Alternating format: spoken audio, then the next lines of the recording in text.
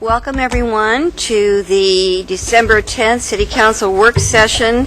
Couple things I want to tell you before we get going tonight is we have a public forum, and then down further in the agenda we have a public forum on City Hall options. I'm going to move the public forum for City Hall options up right after the other public forums, so everybody who needs to have a chance will not have to wait a long time through other things. So, and then we'll just, the first thing up is the public forum number 1, and that's an opportunity for individuals to speak to the City Council. Oops, sorry, back up. We have a ceremonial matter first, and it's a very important one because it's somebody that we care very much about. City Manager.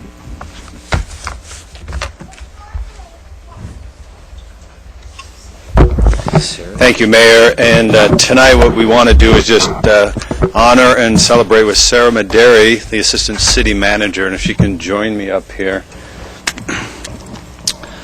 Many of you know that Sarah was awarded the Assistant City Manager of the Year Award by our professional organization, the International City Managers Association, which is really a big deal. And I'll just say a couple things about Sarah, and you know who she is. She's just an absolute fabulous part of this community. A fabulous part of this community. Oh, thank you. A fabulous part of this community, as well as an excellent part of this organization. And I'm proud to serve with her in a variety of capacities, not only as Assistant City Manager, but she's also been our interim our Planning and Development Director for the last nearly 2 years now.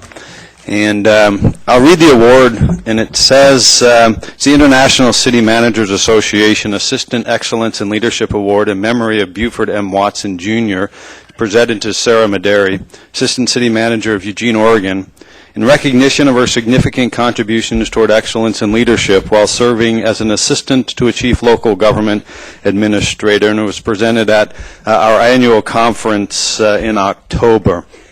And we're also honored tonight to have Buford Watson's grandson here, Kevin Watson, who is the city manager of Junction City, and I'll invite him up here in just a minute. But just again, I'd just say that Sarah's fabulous. I've had the honor of working with many exceptional professionals in my career, and Sarah is at the absolute top of that list, and so we're very fortunate to have her.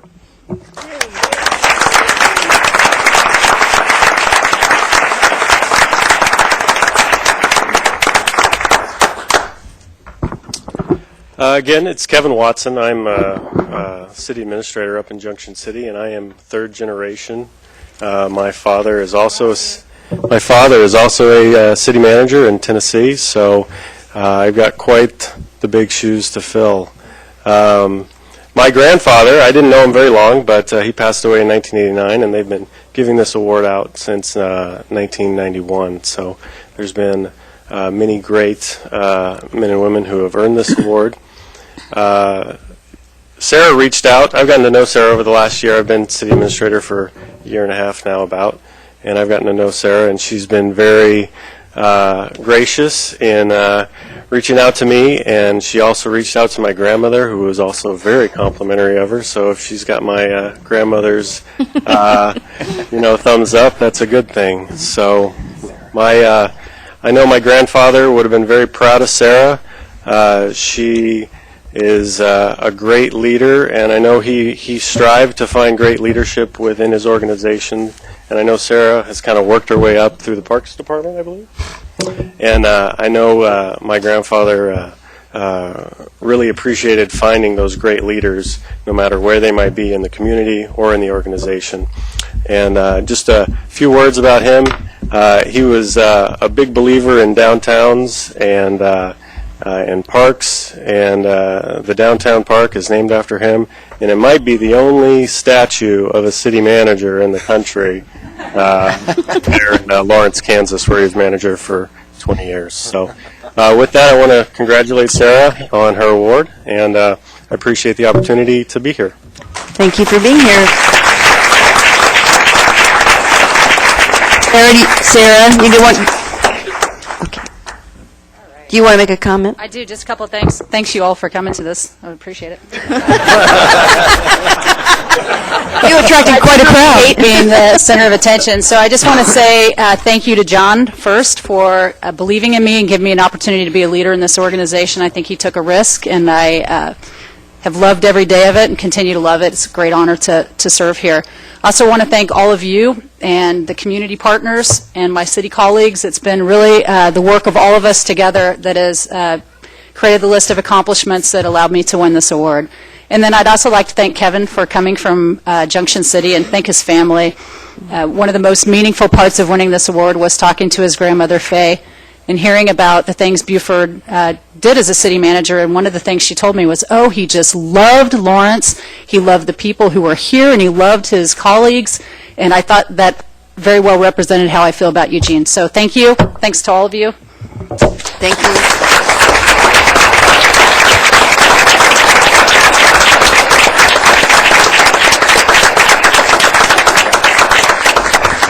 I just want to say on behalf of the City Council, we're very proud of you, Sarah. We'll give you one more hand ourselves.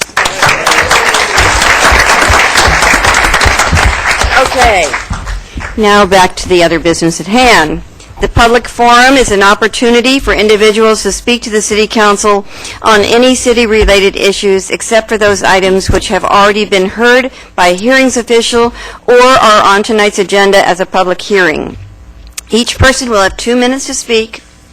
When you come to the podium, please give your name, lean closely, a city of residence, and for Eugene residents, your ward if known. The timer lights indicate the time you have to speak. The red light indicates the end of your 2 minutes.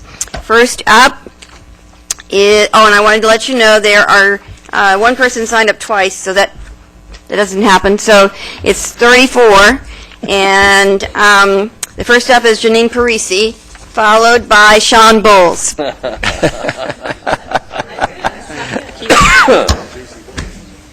Hi, thank you. I'm Janine Parisi, and I'm here with... You have to talk right into the mic because people back in the back say they can't hear. Janine Parisi, and... Merlin Huff. And we are here to recognize another great community member tonight, Andrea Ortiz, and thank her for her 5 years of service as the council liaison to the El Rapa board. Andrea served in this role and took an active role in representing the interests of the city and the community during her tenure. She could be consistently counted on as an advocate for our local air agency to decision makers when critical budget decisions were being made, as well as to members of the public who might criticize that the agency was too cozy with industry or too heavy-handed in enforcement.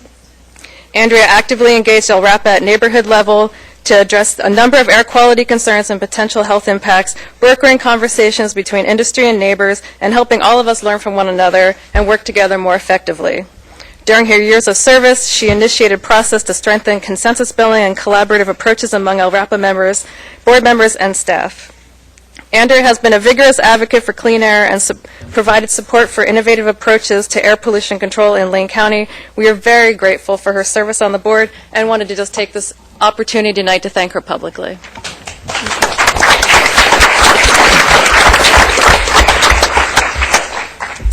I'm Merlin Huff, Director of El Rapa, and I'd just like to reinforce what Janine has shared. We will be delivering this plaque to Andrea Ortiz. It says, presented to Andrea Ortiz by the Lane Regional Air Protection Agency in recognition and appreciation of your leadership and service in promoting the role of local government in Lane County's air quality program. I'll read just one couple sentences from the thank you letter which Bill Bromelsek, the chair of our board of directors, wrote. It says, during your years of service, the board of directors is committed to strengthen consensus building and collaborative approaches to decision making. That probably sounds very familiar to all of you. This commitment should serve the agency well in the years to come. Thank you for being the initiator and a key part of this team effort. All right. Thank you very much. We probably should have had that in ceremonial as opposed to our public forum. But we thank you, and then from now on, next to clapping. But that was worth clapping for. Thank you for doing that. Okay. Not that you're not, but okay. All right. Up next is Sean Bowles, followed by Kelsey Juliana. Third time pays all, I guess. Hi. Sean Bowles, 105 North Adams, speaking as a private citizen and an official member of the older generation. I just turned 70 last month. Happy birthday. And Kelsey Juliana, 295 East 30th Avenue, 16, who's a member of Generation Hot and a plaintiff in current climate change litigation based on the public trust doctrine. We both want to urge you to serve our generations by crafting an immediate, effective, regional response to climate change. To that end, and in the spirit of the season, we have 2 gifts for you. The first is a book I bought for each of you and other elected officials. It provides a compelling summary of how decisions in the next few years will change our children's lives forever.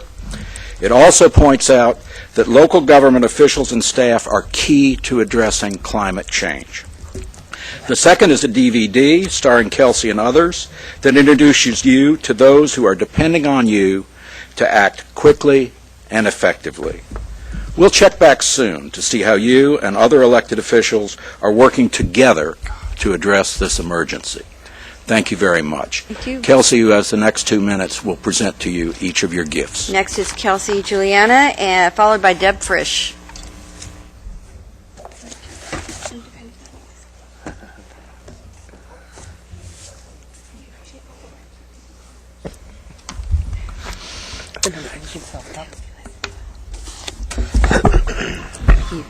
You're welcome.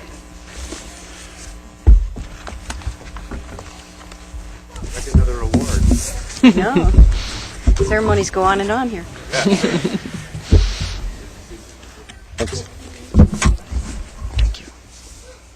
Thank you. Every decision you will make must be made in the context of adapting to climate change. Thank you very much. Deb Frisch is next, followed by Jim Hale. Deb Frisch, I live outside the city limits. Tonight, during Agenda Item 7, Homelessness Project Siting Discussion Follow-Up, you guys will follow up on the October 17th meeting where you set in motion the process of selecting a site for a homeless village. You have been presented with a 2-page memo from Michael Wist in the Planning and Development Department that concludes with a choice of 2 options from City Manager Reese. Both options involve asking city staff for more information and delaying further action until some unspecified time in January. The process that was initiated in urgency by Councilor Brown on October 17th has now entered City of Eugene time, and Mr. Reese does not provide an option that leads to decisive action being taken tonight. He presents the council with 2 options. Choose a site tonight and ask city staff to come back in January with site-specific information, or delay choosing a site until January. There are 5 sites listed in the November 15th memorandum from Public Works. One of the sites is 111 North Garfield, a site near this Eugene Mission. It was enthusiastically endorsed on the phone to me by Mr. Wist. Unfortunately, Mr. Reese did not recommend this site. Unbelievably, the 2-page agenda item summary for tonight does not involve any references to the pros and cons of the 5 options identified by Public Works on November 15th. Instead, the suggestion is that tonight you discuss whether you want to hold a public hearing about the choice of a site. Delay, delay, delay. I request that you choose option 1 suggested by the city manager and choose a site for a homeless village tonight. I suggest that you choose site 4 in the November 15th memorandum from Public Works, 111 North Garfield. It's your choice tonight, Scrooge or Santa. You can be the Grinch. You can be an elf. Get your reindeer on, people. Do the right thing. 111 Garfield. 111 Garfield. Thank you. Jim Hale is next. Nope. Please don't clap. Jim Hale is next, followed by Carol Bird Caldwell. Mayor Percy, members of the council, Jim Hale, 1715 Linnea Avenue in Eugene. About this time of year, when I was in the 6th grade, my teacher asked me to read a book by Charles Dickens, not that easy one about Scrooge and Tiny Tim, but the long one about the Tale of Two Cities. I want to ask you a question tonight. Why do we have 2 cities here? One in which it is the best of times and one of which it is the worst of times, relatively speaking. One where one city can make some cuts and meet its needs and still grant COLAs above the cost of living increase, and the other one can't.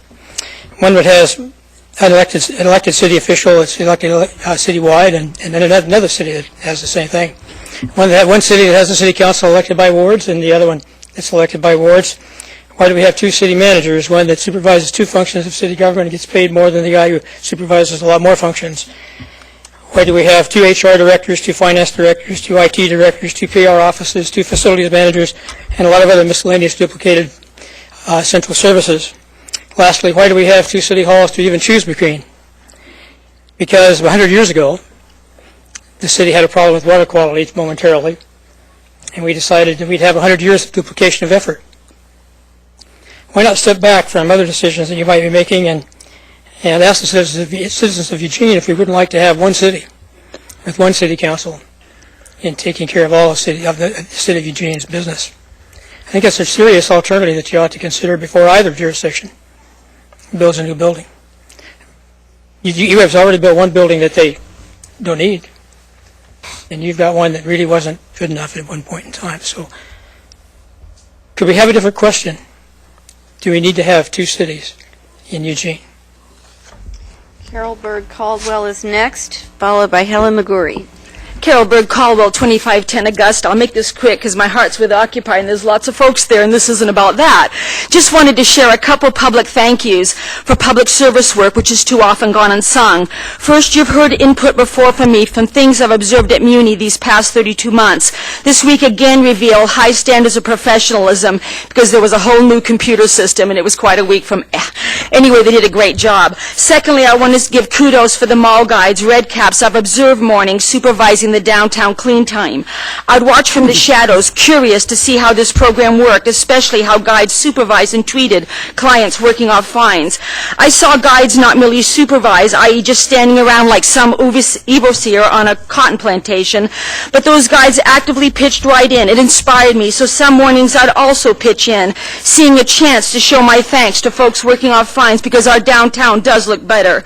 I found court clients actually appreciate a program that can pay off a $300 fine in just 15 hours, double any other community service program. So I'm floating a notion, for I recognized how good it felt to pitch right in alongside court clients, a notion that perhaps others of us might want to be interested who care about promoting civic pride could also join in with the downtown clean teams and tidy up downtown. Service groups, I'll keep you posted, but mostly I want you to know that every time I looked around downtown, those early hours, I would see how the mall guides, red caps, treated court clients with respect, courtesy, and decency. So while I still have some unresolved thoughts that where it was once the downtown merchants who hired their own people to sweep their sidewalks, perhaps the same merchants who pushed this crackdown on youth, the unhoused, and poor, now it's largely youth, unhoused, and poor now sweeping merchant sidewalks. But at least this project's being done with dignity, courtesy, and respect from the mall guides who supervise, and at least people find are benefiting from a double credit program. So I guess you can't beat that. So thank you, staffers at Muni Court and Mall Guides. And Occupy. Helen McGurry is next, followed by Lotus.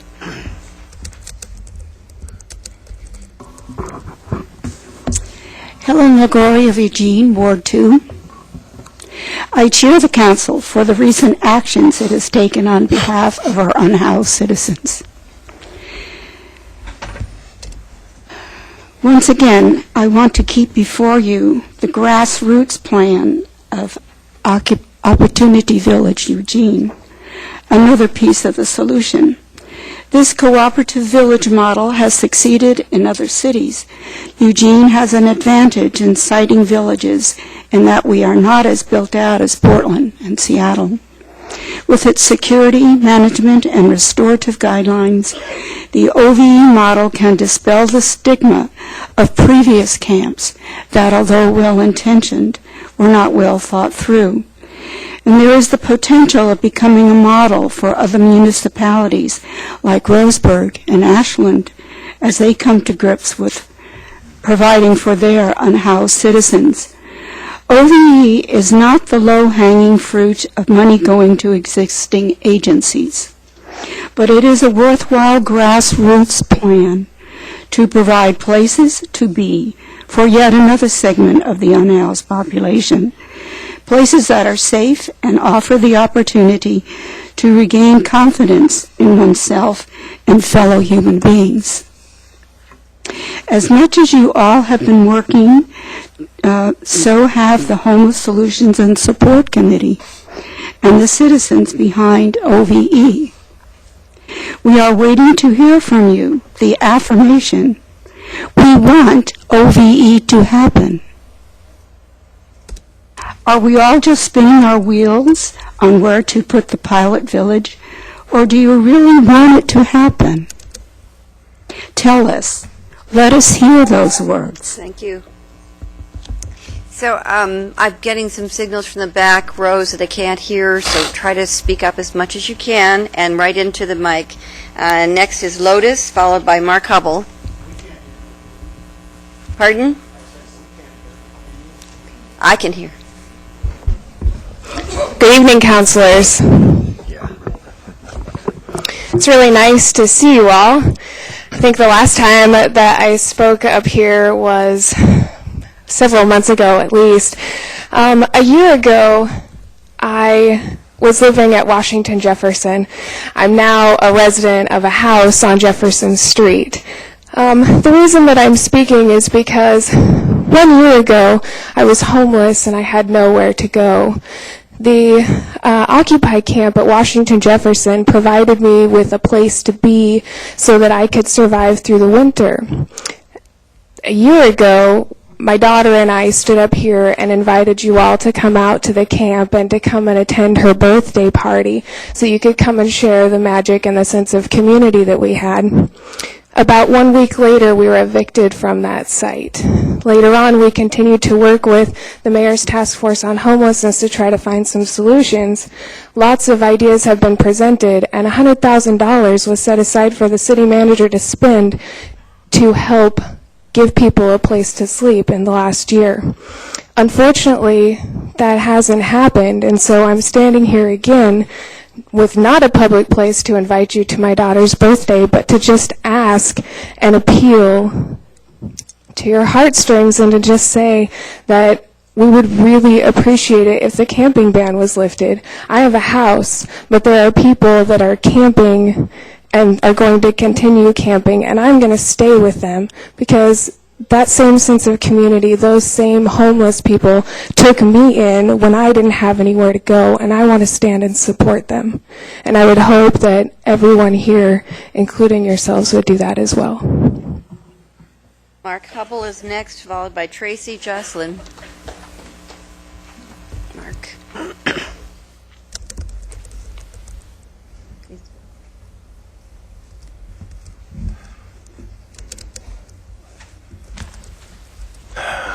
Good evening, Council. My name is Mark Hubble. I'm a global resident.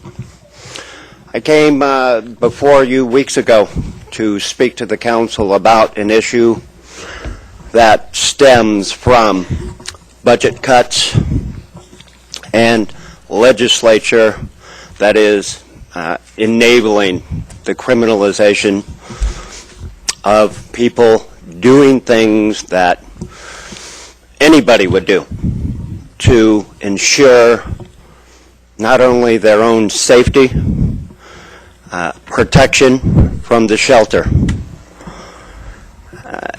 This is a right that is supposed to be guaranteed by the Declaration. A right to food, clothing, shelter, housing, in whatever form that takes. People are criminalized for using tarps to protect themselves from the elements. I cannot strongly enough tell you how wrong this is. Firsthand, I get to see this every single day, 24/7. Where I am at. I am a member of Right to Dream 2 down in Portland. And I see folks, all races, every situation affected drastically by these things every day. There are folks that are veterans. There are disabled mentally, physically, single women, single men. single women with children. Thank you. I cannot ask you, please, Thank you. support the alternative. Thank you. Tracy Jocelyn is next, followed by Mary Kleeman. Good evening. My name is Tracy Jocelyn. I live in all your wards because I sleep in my work truck. Currently, my ward is outside. Last time I spoke, I didn't get the time to thank you all sincerely for all of your hard work for the city and for entertaining our deep concerns. And I'd like to thank all the agencies that help the thousands and thousands of homeless people. Just in my time with Sleeps past month, I've seen 2 people get disability and possibly move into housing, and I do acknowledge that this city works very hard to help people that really need help. I would also like to thank Jean for her tireless effort with Sleep's Safe Legal entitled Emergency Places to Sleep.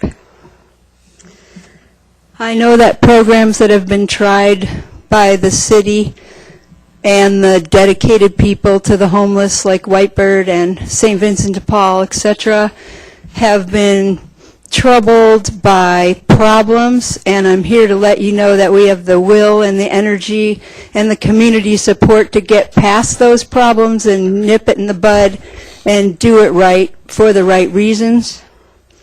The other night I was at a stoplight, and a woman we probably all know who's got to be close to 90 years old that's homeless was standing at the light with her blanket, and I was waiting for her to walk, but she was sleeping standing up, and it was dangerous. And I know that all homeless people won't just glide right into housing, but when they see the successful model of people forming community, people like the person I'm referring to, and I don't want to use her name, Thank you. come to help. Mary Kleeman is next, followed by Michael Kerrigan. Oh, I haven't done many speeches since I was a Jay Set in Lake Geneva. Pull it down, pull the, yeah. Here we go. All right, well, December 20th is the end of the Mayan calendar, so let's party like it's 1999. And then on the first day of winter in Madison, Wisconsin, we can do a memorial for those that died in the streets. A lot of my friends.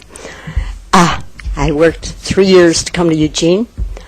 I would not take the Section 8 housing anymore, looking in all my checkbooks. Excuse me, that's private. I want a hand up, not a hand out. I want opportunity. The greatest experience of my life was going homeless with an illegal eviction in February in the middle of winter. I'm a survivor of the mental health care system. Thank you, David Oakes, for starting this joint. He's had a serious back injury falling. He's crashed. But I kind of told my slum landlord for a year and a half over on Chambers and 11th in the alley where the city really does need to put a grader through there. I don't see how the dumping people and the UPS man doesn't say, hey, city, this is a pit. and you know, the guy's PO upstairs didn't have to question me about him. The guy's not my problem. I didn't mind his pit ball running down the stairs a lot. I didn't like his fights with the girlfriends. I don't like the drunks all over that apartment either. The landlord would come over. Absentee landlord in Arizona had this maintenance man. He would come over to find things wrong with what we were doing. Okay, my address is now 11th Avenue UPS store. I'm couch surfing at my daughter's. I hope I don't kill her or she doesn't kill me, because you don't move in with the kids. It's not good. I don't want to move in with the one in LA, and I'm not going back to the one in Wisconsin. Bye. Thank you. Michael Kerrigan is next, followed by Argus.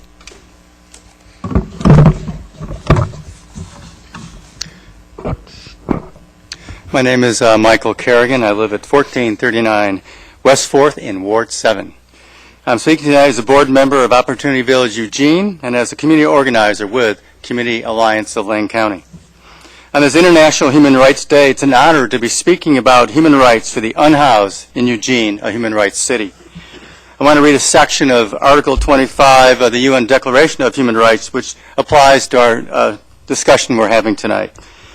And I quote, "Everyone has the right to a standard of living adequate for the health and well-being of himself and his family, including food, clothing, housing, and medical care and necessary social services."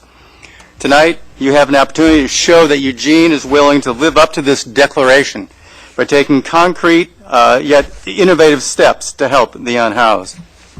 We're hoping that you can direct city staff to approve the Conestoga huts, which you saw outside here tonight, as tents under the St. Vinny's Car tent camping program. I know their church is ready to put those huts on their property right now. This is a step forward that can happen this winter, but should not preclude other actions that are needed to be taken this winter as well. We have a multi-generation crew of volunteers ready to create the Opportunity Village Eugene pilot project, but we need the city to choose a site and streamline the process so OVE can establish this winter. The time to take action on this is now. OVE is a wonderful, innovative project, but only help around 30 or so folks. A whole lot more people need help as well. We call on the city to modify the camping ban temporarily and designate sites on city land for safe, legal, and orderly camping. Seattle and many other cities have adopted similar policies voluntarily because it's a sensible, humane thing to do. Regarding homeless issues on this Human Rights Day, let's not be driven by fear of what could go wrong, but instead take immediate, innovative actions as far as thinking what can go right. Thank you.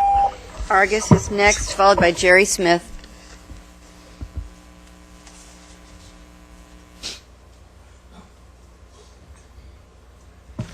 My name is August, and I live in the Whitaker here in Eugene. There's an old story about a castaway in the sea, about a man stranded in loneliness and despair, and the waves are rolling him through turbulent waters, and he's going down for the third time when he suddenly catches the eye of a passing ship.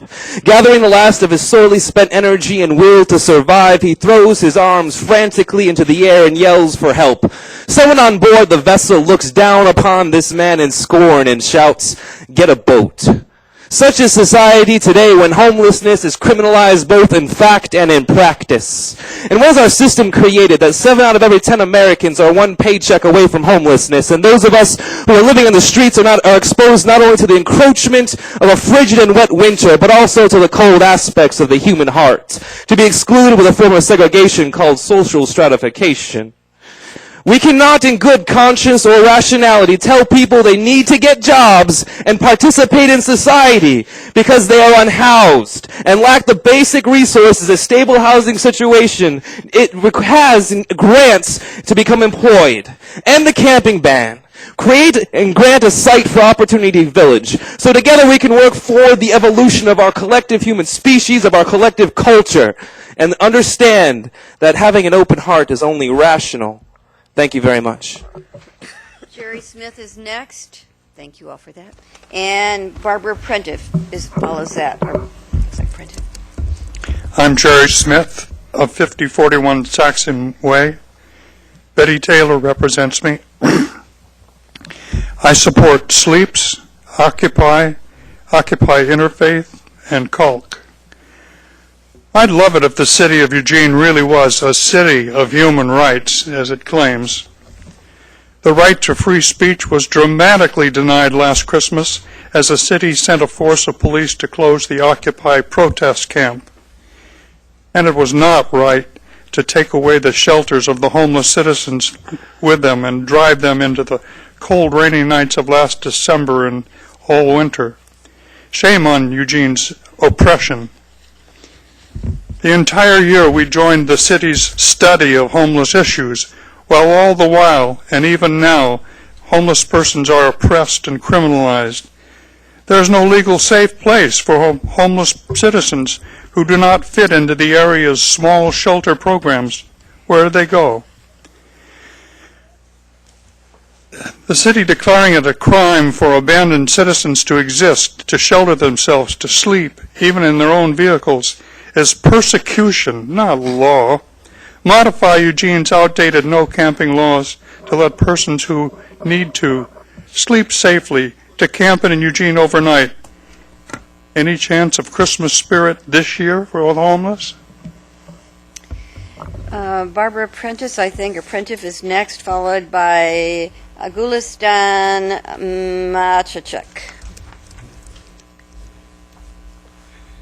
Hi, I'm Barb Prentice, and I'm in Pat Farr's ward. First, I want to thank the council for the money that it's appropriated this year to help unhoused people in Eugene. I only wish these efforts were enough.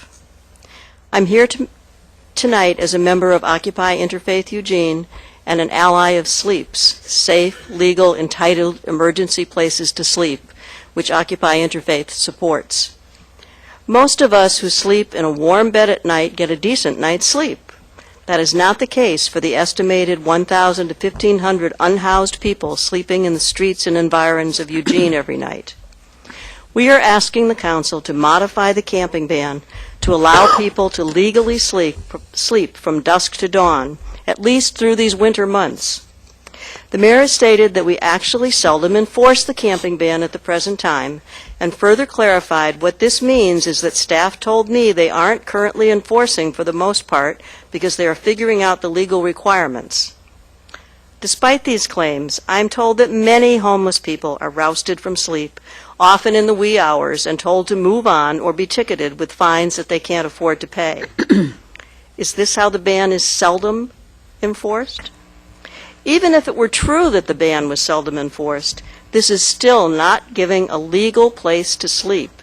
Surely something everyone deserves, housed or unhoused. I understand that this is the last city council meeting before the end of the year, and that lifting the camping ban is not on your agenda. I ask that you call a special meeting before winter sets in earnest, to put a motion to lift the camping ban on your agenda and to pass it.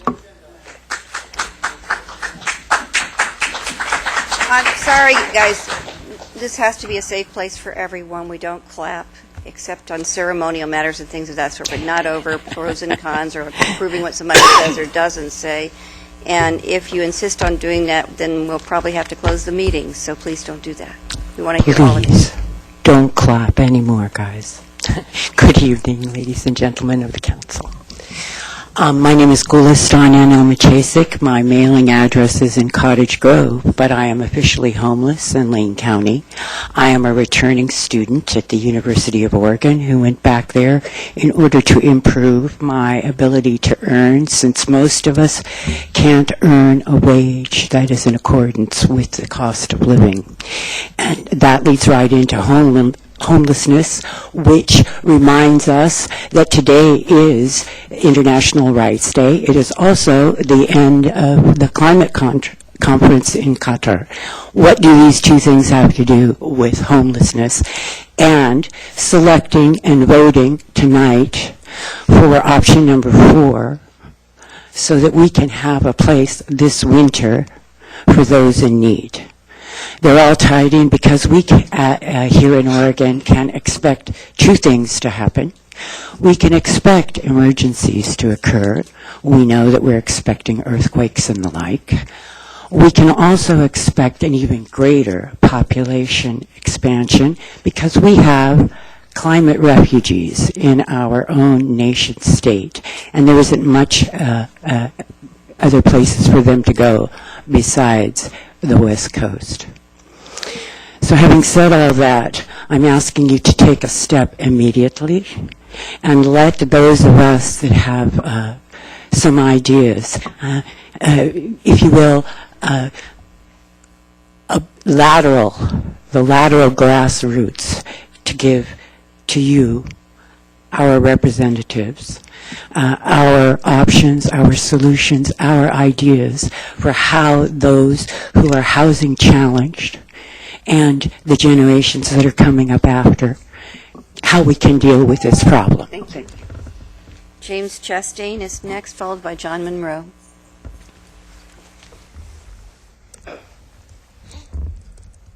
Hello, my name is James Chastain. I'm homeless. Was staying at 1191 Lawrence, but now I have no place to go. What I want to say tonight is our human rights have been violated across the country. because people do not respect the Constitution of the United States, and who are the most respected citizens and who are not. Those who are fighting for our rights are the faithful, even not respected. Further, I want to say, this is the very reason the states want to secede from the country. And I say, in the way everything's going and our human rights are being violated, I say let's do it. I don't see anything wrong with that. If the government can't respect our Constitution and our human rights, and this is Universal Human Rights Day, I say, what is it all worth? I mean, we're all sitting here tonight hoping that somebody will respect our human rights as homeless people. And it does bother the heck out of me because I've been homeless for a long time on and off. And I don't know how I get in this situation, but it happens to everybody. And I want to say this. I know what it's like to be homeless. And I don't know if any of you do on the city council as mayor know what it's like to be homeless. But I want to challenge you, one of you, or any of you, all of you, whoever wants to. And don't be afraid to do it. Well, there might be some, you might fear to be homeless. But get out on the streets and live like one of us for 1 week. And go there broke, just like we have to do. Go hunt cans. What do you ever have to do to survive? And don't let any outside people help you. Go to the places we eat and eat. And just for 1 week. Thank you. Thank you. John Monroe is next, followed by Ali Valkyrie. Hello, my name is John Monroe, Ward 1. Since we're in a ceremonial mood tonight, I would like everyone to put up some twinkle fingers for who will undoubtedly be remembered as the greatest American hero of my generation, Bradley Manning. Thank you. And for all those within WikiLeaks and others who have demonstrated the cost of transparency in today's totalitarian conditions, a man who is currently being psychologically tortured by the American government because he dared to utter the crimes that are being committed by that government. And I think it's up to us to learn that the price of this transparency has to become local. It has to spread. It's not just about the federal government and their little shadow acronyms that rule them, but the shadow acronyms that rule our government here, the city of Eugene, and the local county commissioners and all the systems that are put in place. And so I'd like to address a question. Whether or not anyone honestly believes that the several thousand homeless in Eugene have the same amount of influence as the 25 members of the local government affairs council of the Chamber of Commerce. Whether or not most people in this room even know what the local government affairs council is, and whether or not the fact that these are meetings that we're not allowed to go to might have some problems considering their massive amount of influence on downtown policy, public safety, and other things such as that. I would like to ask, in behalf of all those people who are outside right now cold and freezing, who have no say, who don't know how to sit through a bureaucratic red tape meeting without going crazy, if most of us, of the 160,000 some odd Eugene residents, would be able to have the same voice as those 25 members on the LGAC. And I'd like to also ask those members of the government, of the police force, of local business associations, governments in the city and the county commission to look very seriously at Bradley Manning and ask yourselves if there's something you could potentially blow the whistle on, if there's something you need to share, something that will help us, community activists, to know the truth, to better organize, and to expose the corruption in this town. Thank you. Ali Valkyrie is next, followed by Timothy Rake.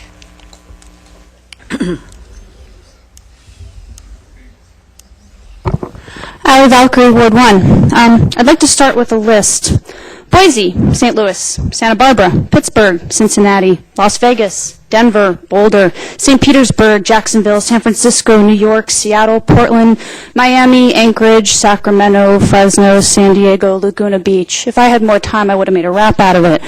What do all these cities have in common? All of them have been sued in state or federal court on constitutional grounds over their treatment of the homeless, either over the right to sleep or the seizure and destruction of their property. And there are many more cities than the ones I listed. I felt that stopping at 20 would make my point.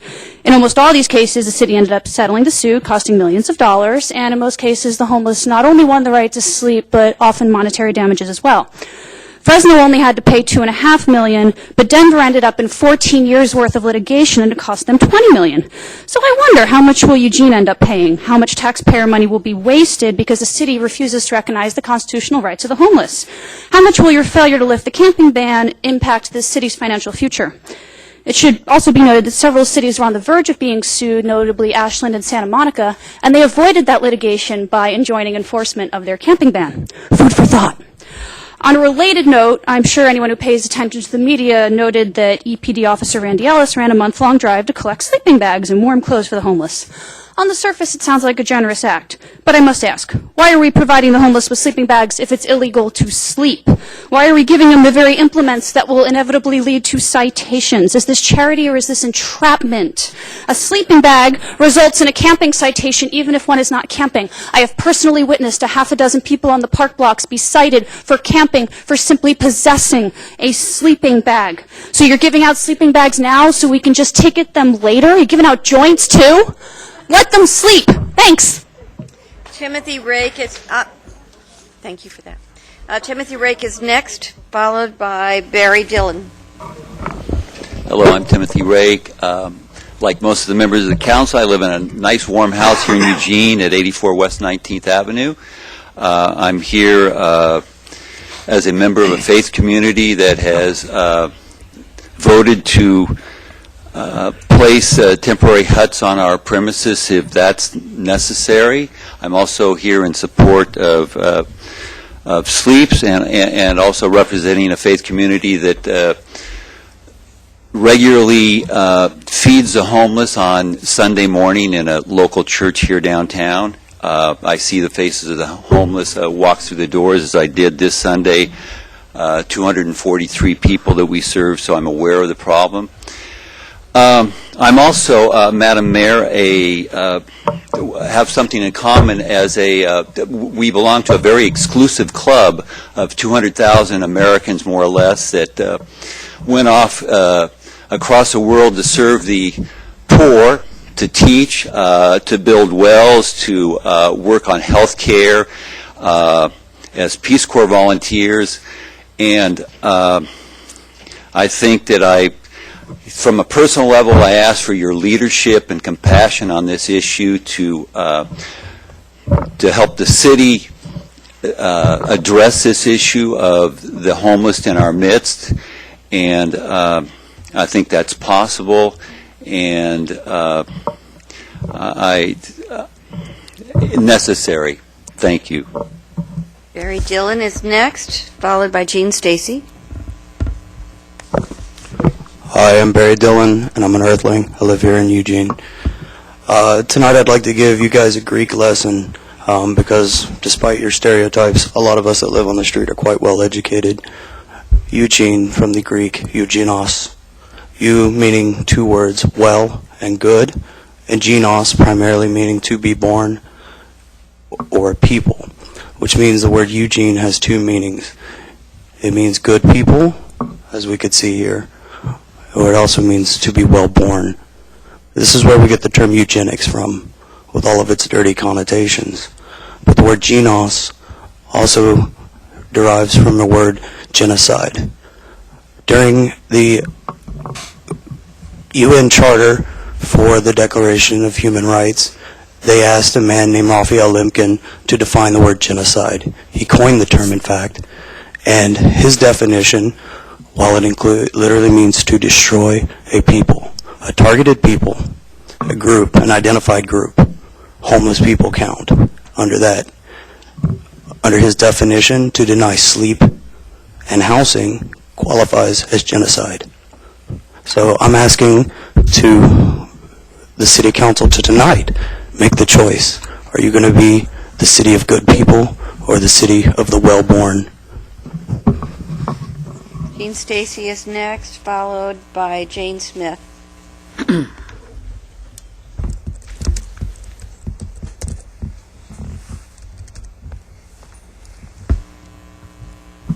I'm Jean Stacy. I live in Councilman Brown's ward. We've had a heck of a hard time getting you folks' attention. At the end of Occupy, we thought we had it because you promised $100,000 to keep a warming center open to last the entire winter. But then everybody got kicked out 2 days later. We all rushed then to accept the mayor's invitation to be one of the 58 people on her task force. In April, we delivered a report making 6 recommendations. They've been almost totally ignored. They haven't been discussed. Only Opportunity Village has been discussed only as a site. We brought 16 people from Sleeps last week and asked you to consider lifting the camping ban and to make designated sites where people could be with bathrooms, because the way they're living now is a public safety hazard. You totally ignored us. Tonight, we are not going to let you ignore us anymore. We have struck our first protest camp, our first constitutional camp, here in Free Speech Plaza. We will remain here or in some other public site, camping with tents as our symbols of free speech. There is no law that can be used to remove us that is constitutional. No law can be used to remove us that is constitutional. So if you try to remove us, we will be in court, and it will be expensive, and it will come up with some lousy solution like they did in LA, where people who are homeless sleep on the sidewalks for 7 years now. You can do better than this. Jane Smith is next, followed by Hayden Brew. I'm Jane Renfro Smith, 5041 Saxon Way. I'm a member of Betty Taylor's ward. I'm speaking on behalf of Church Women United, an organization of many women who are members of diverse faith communities in Eugene. We work for peace and justice in our community and in the world. We serve our organization in the community to ensure that women and children have adequate health care, a sound environment, and social and economic justice. But we know this cannot be accomplished when there are men, women, and children who are unhoused. We urge the Council to eliminate the present inhumane camping restrictions that leave people sleepless in Eugene. We have endorsed the organizations of Sleep, Occupy, Interfaith, and Opportunity Village, and we urge the Council to support of the work of those organizations as well. Thank you. Hayden Brew is next, followed by Joe Tyndall.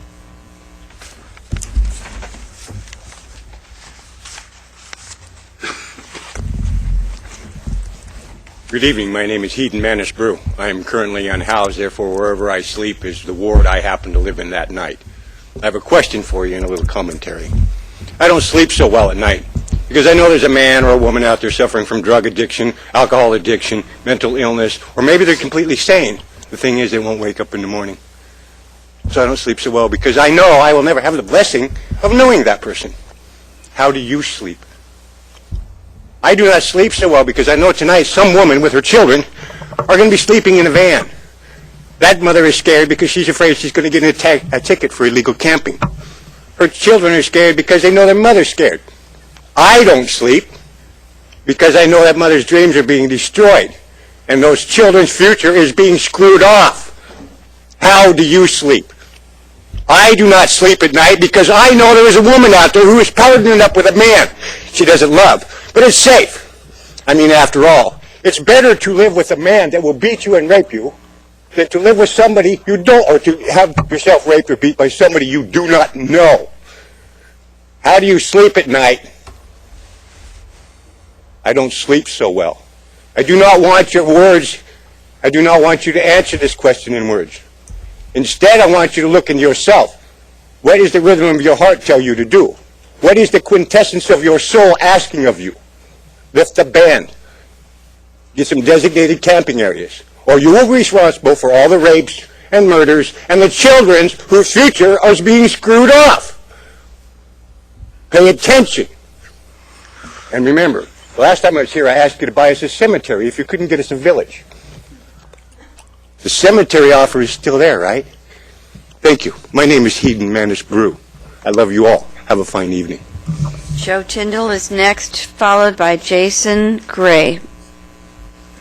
Hello, my name's Joe Tyndall. I live on West Broadway.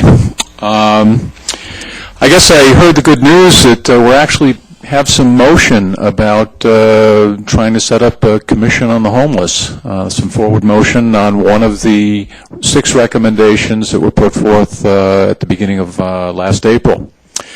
And I guess that group, if it ever gets formed, and hopefully it will, can look into issues of, for example, how many homeless are there actually? I keep hearing different numbers. We don't have any good numbers on how many people need service. The other question they could look at is how much does it actually cost for the current policy for the police to be harassing the homeless? We have the cost of police, who could be applied elsewhere, courts, jail, and so on. We have the whole question of the ordinances that are being used to criminalize people. For example, touching a building or drinking a cream soda can get you a ticket if you are unhoused, but you would not get a ticket if you had money. So the pattern is basically you get a ticket for something that other people would not get a ticket for. And then, of course, if you don't have the money to pay, then, you get a court hearing for that. But, of course, you don't have an address, so you don't know that the hearing is there, so you miss that, and a warrant is issued. And then it keeps escalating from there, and now you have a criminal record. So we have these work crews where you can pay it off. What are you paying off? A crime that would be given to you because you are homeless, that would not be given to you if you had money. So in other words, we have a slave system, a chain gang system that we're doing here. And I think you need to think about that. Thank you.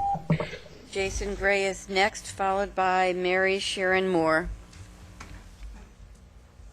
Yes, I'm Jason Gray, and I can reiterate what he's saying there. He's absolutely correct.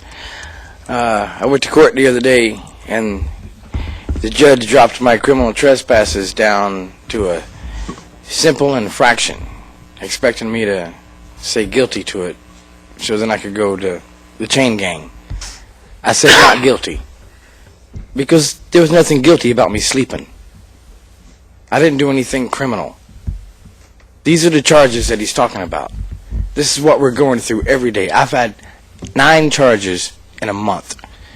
The city of Eugene brought me over here. Miss Mayor, I talked to you 2 weeks ago. It's the same Jason Gray. These charges are still happening. We need to do something about this. The city of Eugene needs to do something about this. I mean, I'm speaking out for the homeless veterans as well as Sleeps, as well as Occupy. It ain't just one entity here. It's the homeless people of America that we need to do something about in this city. You have the power to do that, Miss Mayor. You can do it. I trust in you to do it.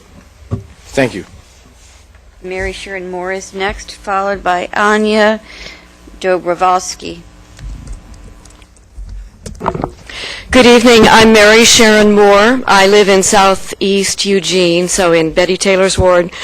I'm a member of and active in Occupy Interfaith Eugene and Church Women United. I am here tonight to speak in support of the Sleeps Initiative and on behalf of those who have no voice. I believe that each human being has an inherent dignity which transcends the ability to pay. I believe that this common dignity binds us together into community. I ask that without any further delay, the homeless men, women, and children of Eugene be given the dignity and security of safe and predictable housing. Thank you. Next is Anya Dobrovolsky, followed by Eugene Drix. Good evening. Good job with my name. Thank you. Yep. You did a nice job of writing it out. I am a resident of Ward 1. I also happen to be a member of the city's Bike and Pedestrian Advisory Committee, so I'm talking about something a little bit different tonight, but something that affects everybody in Eugene.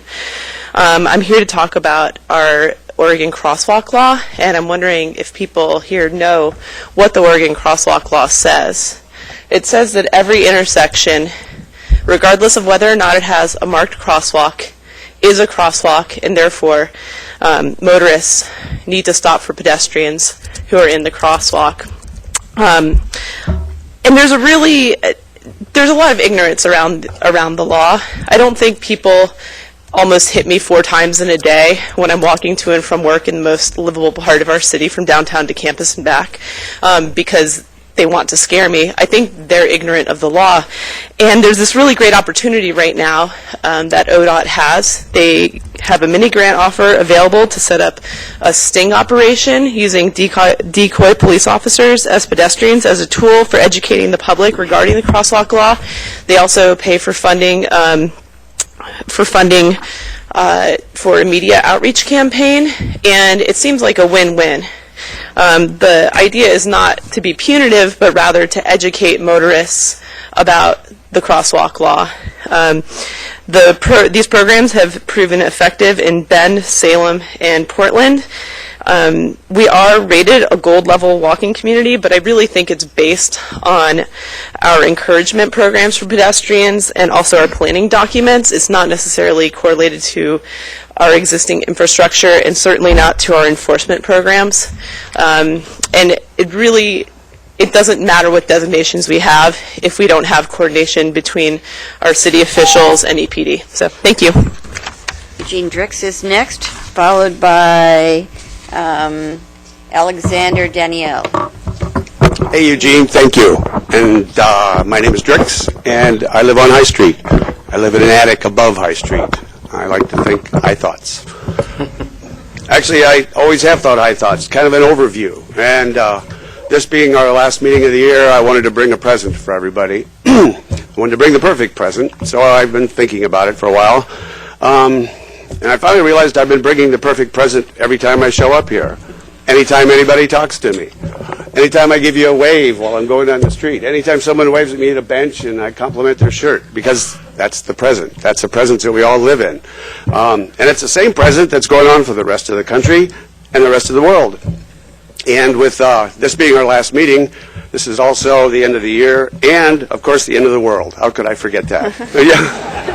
Kind of makes everything seem real small compared to it. But with that coming on, I embrace it. I look forward to all these things that I used to be afraid of because they bring change. And change is good. Firesign Theater, a comedy troupe from the 70s, who's from Portland and I knew here at the Holt Center, they had an album out called Everything You Know Is Wrong. And I keep replaying that in my head because things that used to work don't work. Concepts, definitions, all kinds of stuff are. Like the word homeless. 20 years ago, we didn't know what that was. It didn't make sense. I came up with the term no ads because I had 2 good friends living in green trucks and parking lots by choice. So they weren't homeless. They were no ads because they had no address. So I just encourage everyone, and it's all of us here, but it's everybody at home watching on TV, and people like me that are geeks that go look at us on the internet. It's going to take everybody's mind to solve these things. And it isn't you guys necessarily, or you guys. It's us. It's we. It's you, Gene. So if there's a... And it's easy to use the word you because it's like you're pointing the finger, but you're pointing it back at us because we are all together. And thank you very much, and happy holidays, everybody. Thank you. Alexander Danielle, followed by Michael Gannon. Hello, my name is Alex Daniel. I'm a local carpenter, and I'm working with Opportunity Village, Eugene. I helped to build the Conestoga Hut prototype, which is parked across the street and designed to provide shelter for the houseless. The Conestoga Hut is essentially a tent, only drier, stronger, and more secure. Built on a wood frame platform and raised off the ground, its weather-resistant vinyl fabric membrane is insulated and supported by rigid steel wire mesh. It is ventilated, and its two end walls are also wood-framed and insulated with a lockable door and window for security. The structure can be assembled as well as disassembled in less than 3 hours. It is inexpensive and easy to build with recycled materials and volunteer labor. Recently, the Eugene City Council expanded the ordinance governing vehicle camping sites to include tents. The purpose of this action was to provide more places for the homeless to live. The Conestoga tent, or the Conestoga hut, is essentially a hard-sided tent. It was designed specifically to provide an affordable place for the houseless to live. Several churches are already interested in providing spaces for Conestoga huts. We would like to request that the City Council seriously begin the process considering defining the Conestoga hut as a hard-sided tent. This would allow the immediate use of Conestoga huts at vehicle camping sites. And maybe we can get some people out of the rain. Thank you. Michael Gannon is next, followed by Brad Gibson.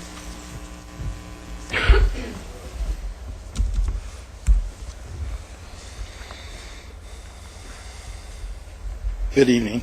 I'm Michael Gannon. I live in Eugene. Michael, you're going to have to pull that up, or yeah. I'm happy to be here tonight because I wanted to make a small contribution to continuing the discussion I tried to get into 2 weeks ago about executives using them. Get closer. About executives moving to do emergency things, and I used Barack Obama stepping around the Congress to support the young people that were proposed to be helped by the DREAM Act, and I talked about Abraham Lincoln and the discussion within the White House when he was trying to figure out whether to free the slaves. And I think that one of the important things that I wanted to get across that I said then was there's a lot of discussion. And what we're not seeing about the request to have an emergency lifting of the camping ban is a lot of study and discussion by the city staff and the council where you're thoroughly looking at what's going on and trying to examine what are the ramifications. Maybe you discover that a lot of people without housing are walking, and they walk at the crosswalks, and they often run because cars, when they're coming fast, they flash their lights to say, hey, you're out there in the crosswalk, get out of the way, instead of recognizing that they're not obeying the law, which the city could teach them, and you could discover by studying what's going on in the community with people who are walking and are homeless, for example. Thank you. Brad Gibson is next, followed by Majeska C. Screen.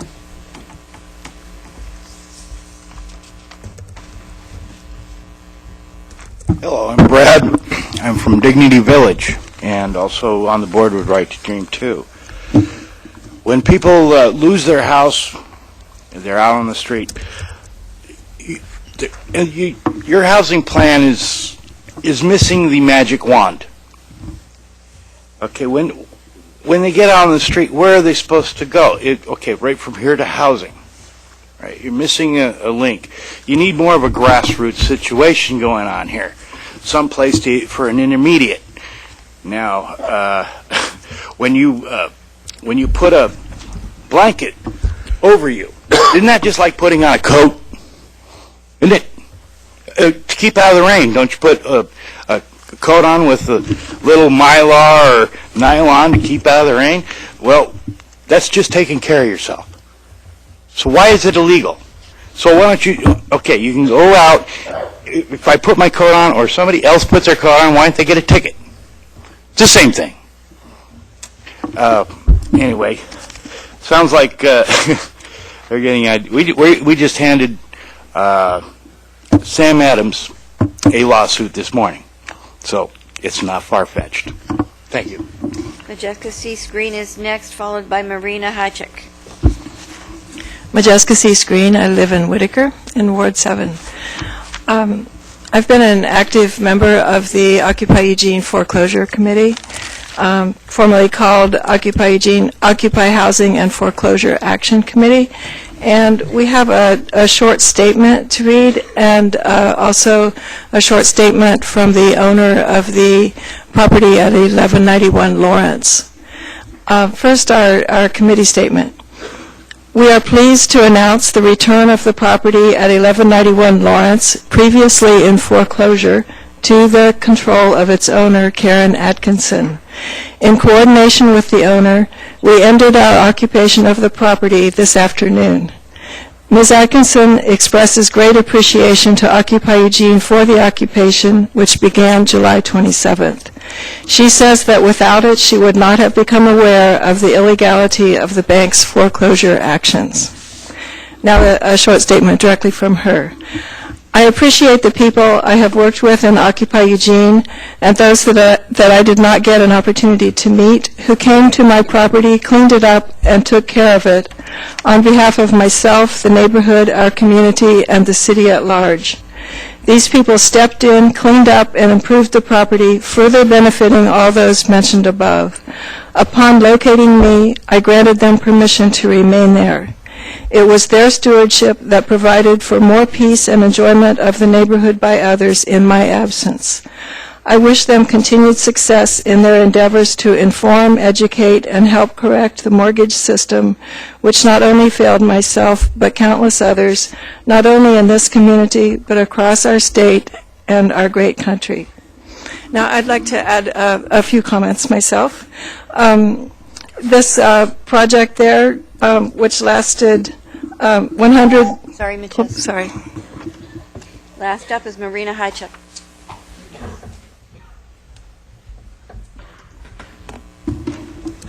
Good evening. I want to thank you for giving us the opportunity to express our concerns. I want to thank you for the opportunity that you give us to express our concerns tonight.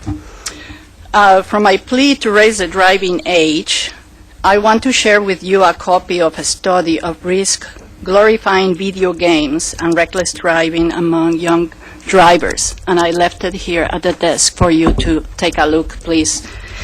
It was published by the American Psychological Association, Psychology of Popular Media Culture. It will help you to understand the behavior of many of today's young drivers.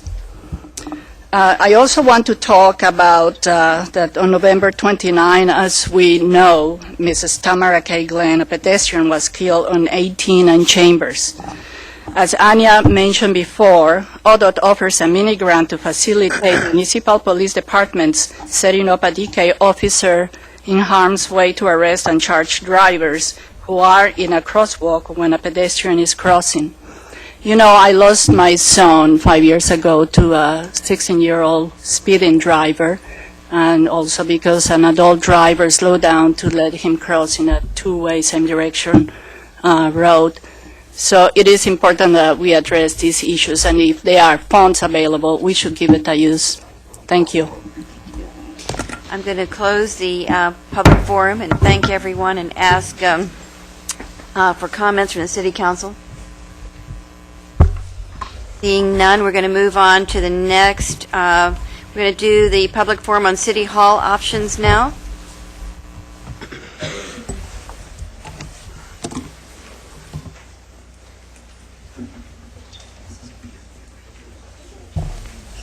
So open that public forum. The public forum is an opportunity for individuals to speak to the City Council on the proposed City Hall options. Each person will have 2 minutes to speak.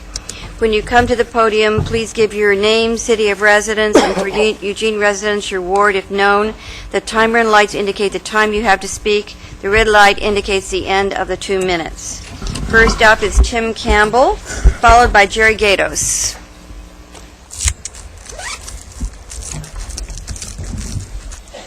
Hello, Tim Campbell. I reside in Ward 5, and I live in Ward 1 because I'm always down here at work. I'm on the board of DEI as well as the Chamber, and we've had a unanimous decision to support the City Hall being rebuilt in the existing location.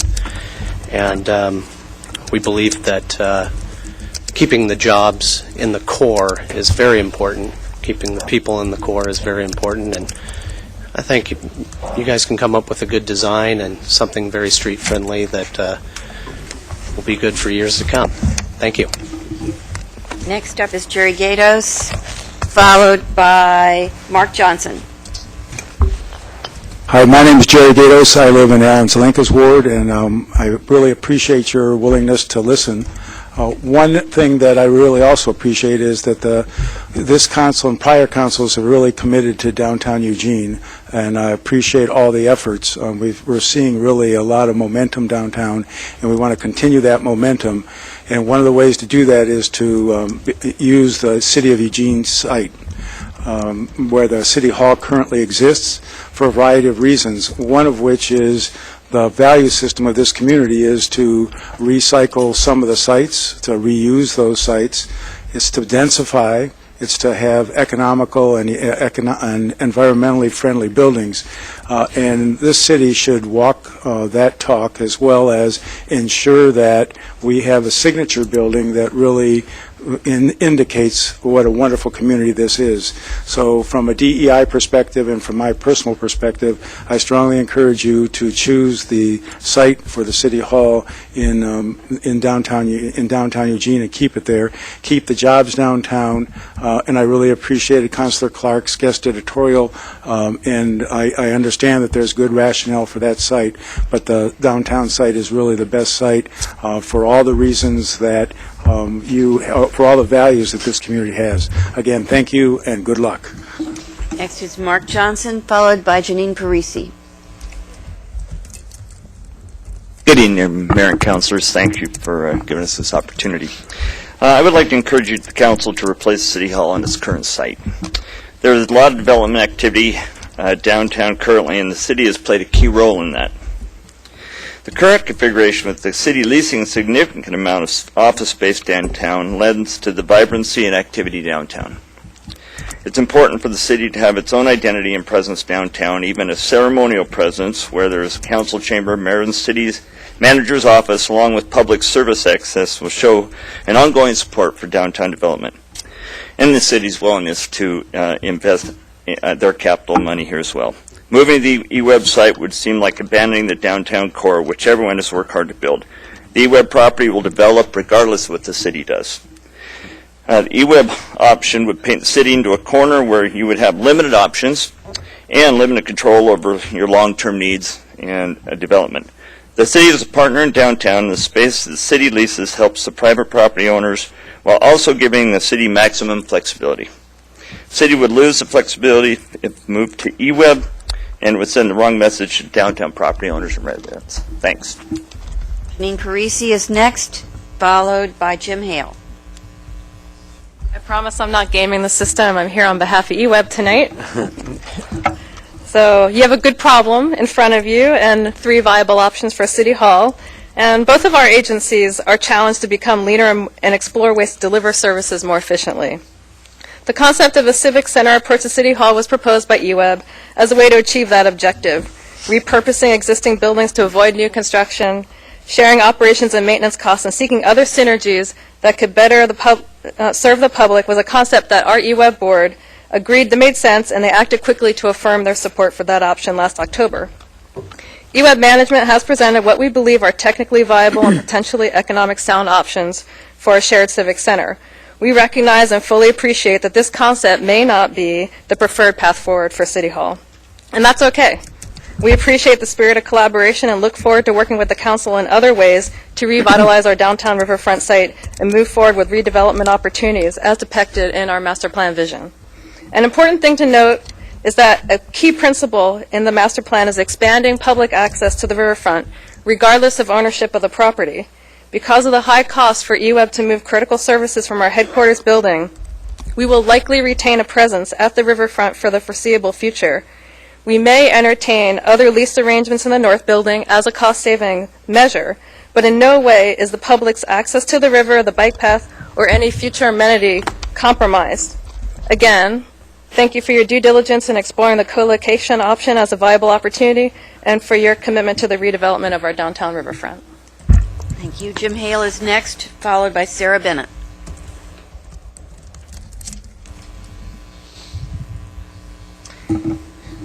Madam Mayor, I live in Ward 5. When I was a boy, on a Saturday, my father brought me in from the farm out of Notai, and we went to see the new city hall. And there wasn't hardly anybody there except one single man who happened to be there. And I guess he thought he'd like to be a good tour guide that day. He was the city manager, Hugh McKinley. He proudly showed my father and I that whole building, including the most wonderful thing of all, which was that great pistol range, firing range down in the sub-basement. I'm not a young boy anymore. I've watched the little shingles out in front of all the city departments that were once housed in this building next door, one by one disappear as the city grew so big that they couldn't all be housed in that one building. You know, one by one they've all gone away. Now you're all gone. Now you're homeless. And I think it's essentially a vain, as in vanity, thing to decide you're going to build a big new building. It's going to be the signature building, the registry guard says, of the city. That's just silly, because it's going to be a signature building the day you open it, and after that you can start moving people out again. Now, we moved them out over the last few years, and if they hadn't done that, the downtown would not be nearly as vibrant as it is. The registry guard says location, location, location. One of the things about location is centrality. If you wanted centrality, you'd be out there by the fire department. One of the aspects of location is accessibility. There's no better place for cars or for bikes than the UWeb site. Another thing is visibility. The most visible building in this city is the UWeb headquarters. I've told several newcomers to Eugene, no, that's not the city hall. That's at Utilities headquarters over there. They think it's the city hall. They can't imagine it not being the city hall. It's beautiful enough to be the city hall. Why isn't it the city hall? Because we pridefully think we're going to build something next door? Thank you. Sarah Bennett is next, followed by Dave Hauser. Hi, Sarah Bennett, 980 Willamette Street. I'm the current president of Downtown Eugene Incorporated. I'm testifying on behalf of our members in support of having the new city hall remain in its current location. In order to make downtown viable, we need a high level of activity on a regular basis, and having a city hall in the core helps to create that activity. To be in the center of the city is to promote additional foot traffic in the area as a whole, and it would be very discouraging to see that go someplace else when downtown is just starting to gain some momentum. It's downtown that is supposed to be the common ground where the north side of the river and the south side of the river come together, and it's where City Hall should remain. Thank you for your consideration. Thank you. Dave Hauser is next, followed by Eric Gunderson. Mayor and Council, I'm Dave Hauser. I live at 2168 Elkhorn Drive. I'm here tonight representing the aforementioned Eugene Chamber of Commerce. A couple of things. First, one, from the Chamber's point of view, we appreciate the practical nature of all three options that you're considering. And we appreciate the fact that you are operating within a defined resource as you look at the future of City Hall. We're also very excited about the redevelopment of the UWeb riverfront property, and we look forward to a process by which we'll have an opportunity to talk about that next year and to begin working on that really great opportunity. However, we support the options that exist on this current City Hall site at 8th and Pearl. We simply believe that it provides more opportunities for positive things to happen there. More activity on the site, such as the possibility to create additional public spaces, allowing for some much-needed street activity along that block, and stimulating investment near the site. We believe that the current approach of locating a number of city services throughout the downtown has served our community very well and has served the city very well, giving you some flexibility in meeting the needs your office needs and encouraging development that would not have occurred without that occupancy. So we believe that keeping City Hall at the location 8th and Pearls allows the city to retain a strong and important presence in the downtown core, consistent with long-standing city values.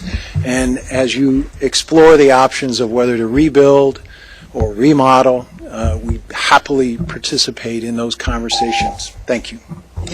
Eric Gunderson is next, followed by Joe Tyndall. I'm Eric Gunderson. I live in far west Eugene. As always, thank you, Mayor and Council, for the opportunity to be heard here. We're now scratching our heads about buildings from our past, Civic Stadium, older Eugene schools, and now City Hall. I speak tonight in favor of the option of renovating the existing hall building. Not the one with peeling paint, rotting wood pickets, cold floors, abandoned fountain, and wobbly columns, but a City Hall reborn that is sustainable, functional, and hip. Gone is the rotting wood pickets and peeling paint. Gone is the impenetrable wall in front of an unseen plaza. Gone is the sputtering heating system and high energy bills. Instead, there are walls of clear, high-performance glass, a crisp sunshades that track the sun, offices that are visible from the street, a step plaza to the south that lets the sun shine in and invites us all to the place of government. It has solar panels that make power, it has a green roof, and it's LEED Platinum. Still visible is a building from our history, from a time when we were the timber capital of the world, a time of social change, a daring modern place to express hope in the future, an award-winning building that boldly interpreted the meeting place of the people surrounded by those who serve.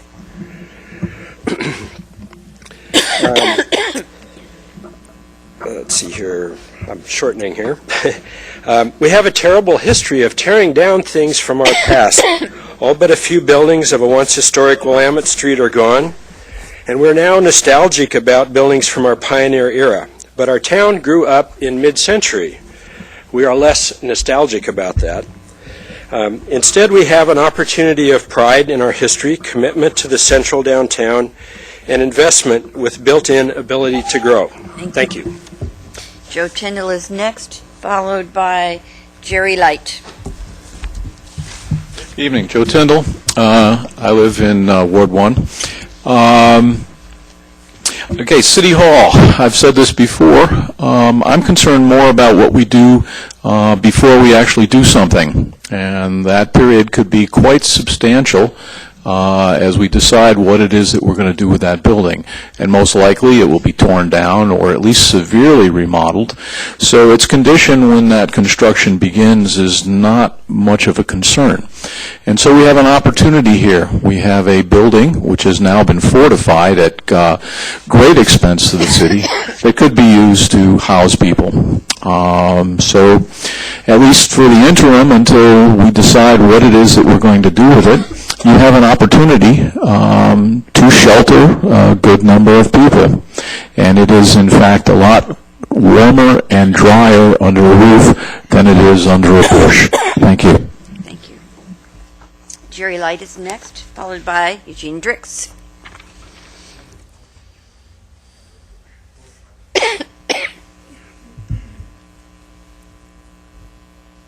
Hello, City Council of Eugene. My name is Terry Light. I'm coming down from Dignity Village. And I was really excited the last time I was here. It sounded very, very encouraging. And I understand you also serve the city and you're very involved in politics. I understand that each of you have to go and do a lot of relationships behind the scenes, deal with lots of people who are afraid of things. What I'd like to ask you to do is to set some precedents and do something new and unusual. House people in a city hall, a building that's used to serve the city. And if you're doing housing and people and taking care of people, you're doing something about the relationships between people. That you could become a city that cares about people and is not going to shove it all underneath the rug or out of sight, out of mind. Let's pretend that some of us don't have housing. Some of us are cold, some of us are starving, some of us are subject to violence.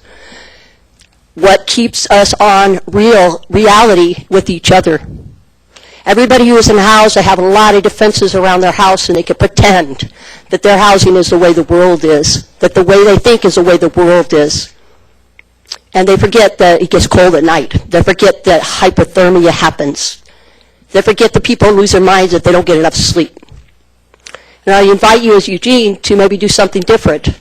Portland put a whole bunch of people up on a compost bin. Made a lot of people cry. Is that what you're going to do? That's what Portland did to people, put them on a compost yard. You can do better. I invite you to think about doing better, making a space so you can start to have dialogue with people you don't understand, that might have something to say to you, that you might have something to learn from people you don't understand. And maybe they'll learn something from you as well. But we don't have this whole way we treat each other, a huge, huge feeling of distrust. Thank you. That is a waste. Thank you. Eugene Drix is next, followed by Sue Pritchard. Well, now here's something completely different. Thank you. Here's another present for you. It's an expression, and we can all use it. It's Winston Churchill wrote it. What kind of a people do they think we are? We can all say that. You guys can be saying it tonight, and you guys can say it. I can say it, and you all. It's a great phrase. I don't know why I brought it up, but now I'm talking. I better keep going. Here's a little known trivia about our old city hall and the building across the street from it, the Lane County building. That's where we are now, isn't it? Yes. There's more of that here and there. I get them confused every time.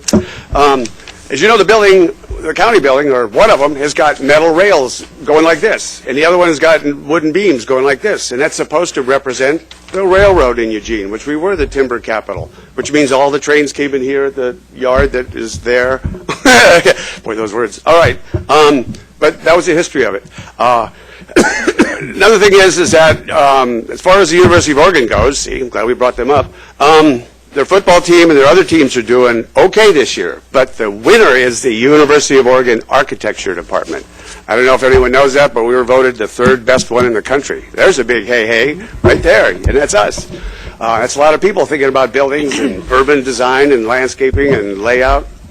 So I just want to speak because my dad was an architect, my neighbors are architects, they're all over the place, and city managers, that whatever we build, I would like to have a lot of integrity to it. I would like the building to speak in languages that aren't English. I would like it to speak to the higher forms of people. The room that we're in, I want it to be a forum that has decorum to it. I can't believe I forgot the microphone. But whatever it is, yes, the river. That's Gary Marshall's building. It's a beautiful location, and it's a place that, oh boy, you would feel connected. And more than the building, I just think the whole feeling and flavor of Eugene would be connected with what we're doing. So I'll keep spitting out my ideas, and together this stew we'll call home. Thank you. Sue Pritchard is next, followed by Otto Petitia. Hello, my name is Sue Pritchard. I live at 2671 Emerald Street, and I'm in Alan Zelenka's ward. First of all, I want to thank you for all of the work that you've done the past several years to encourage downtown to thrive and prosper. You've financed excellent projects. You've leveraged your decisions to get the most value possible. You've turned the tide, which after years of neglect seemed nearly impossible. But you've done it, and it's working, and I really appreciate it, as do, I'm sure, many others.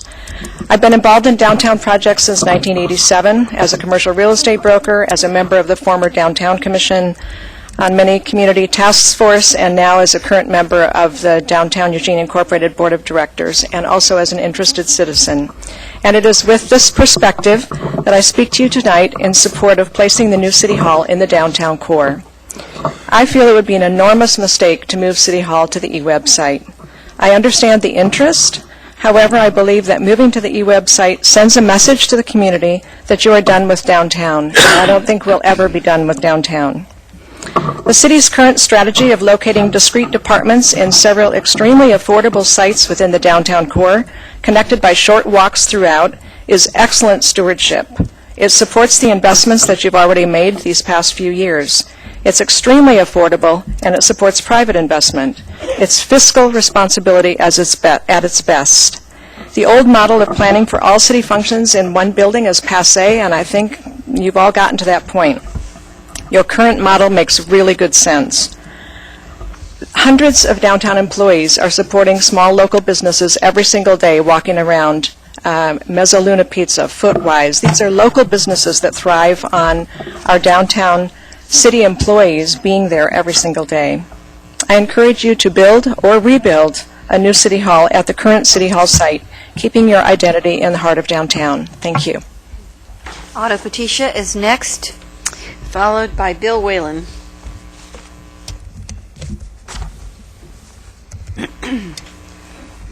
Mayor and councilors, my name is Otto Patisha. I reside at 1820 Kona Street. Alan Zelenka represents me, and I hope he does. Depends what you say, Otto. An architect in Chicago named Burnham coined a phrase many years ago. It says, "Make no little plans." In Eugene, I'm hoping that we follow one plan. We make lots of plans. Many of them do not get implemented. I can name you 5 plans that talk about the importance of 8th Avenue. The downtown plan, connect to the river. There's the eWeb master plan. All of those rely on 8th Avenue. 8th Avenue needs all the support it can get. Rebuilding the existing City Hall supports the plans that you've already approved. Moving it to the eWeb site does not support any of those plans. So maybe we could coin a phrase like, let's implement a plan. I heard tonight the term signature building. You own a signature building. I've come before you before as a consultant, as a matter of fact, on the building, and I've told you the history of the building and how architecturally significant that building is. If it was an ugly 1890s building, you would be wrapped around it at the moment. This is a very, very significant building, and it needs to be retained. I don't mean restored. I don't believe it can be restored. I heard the other night in a forum with Mike Clark that the city is trying to find all the extra resources to do something about City Hall. There's no... Thank you, Otto. Fine. Thank you. Bill Whalen is next, followed by John Borowski.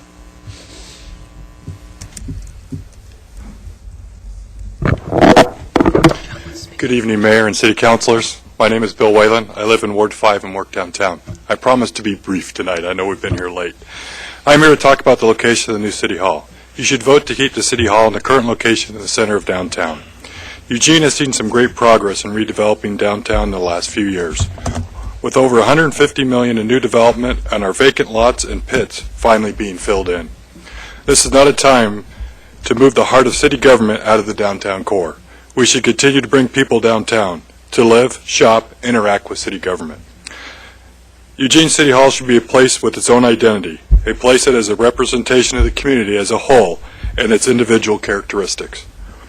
It needs to be a place for the public to watch and interact with city government in the core of the city. I urge you to vote to keep the City Hall in downtown. Thank you. John Borowski is next, followed by Michael Ashley. That's okay. Okay, thank you, John. Michael Ashley? No Michael Ashley? Okay, Kevin Matthews, followed by Phil Farrington.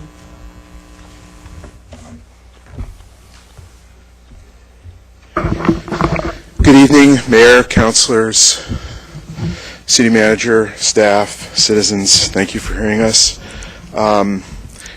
I'm Kevin Matthews. I'm the president of Friends of Eugene and the editor of Architecture Week magazine.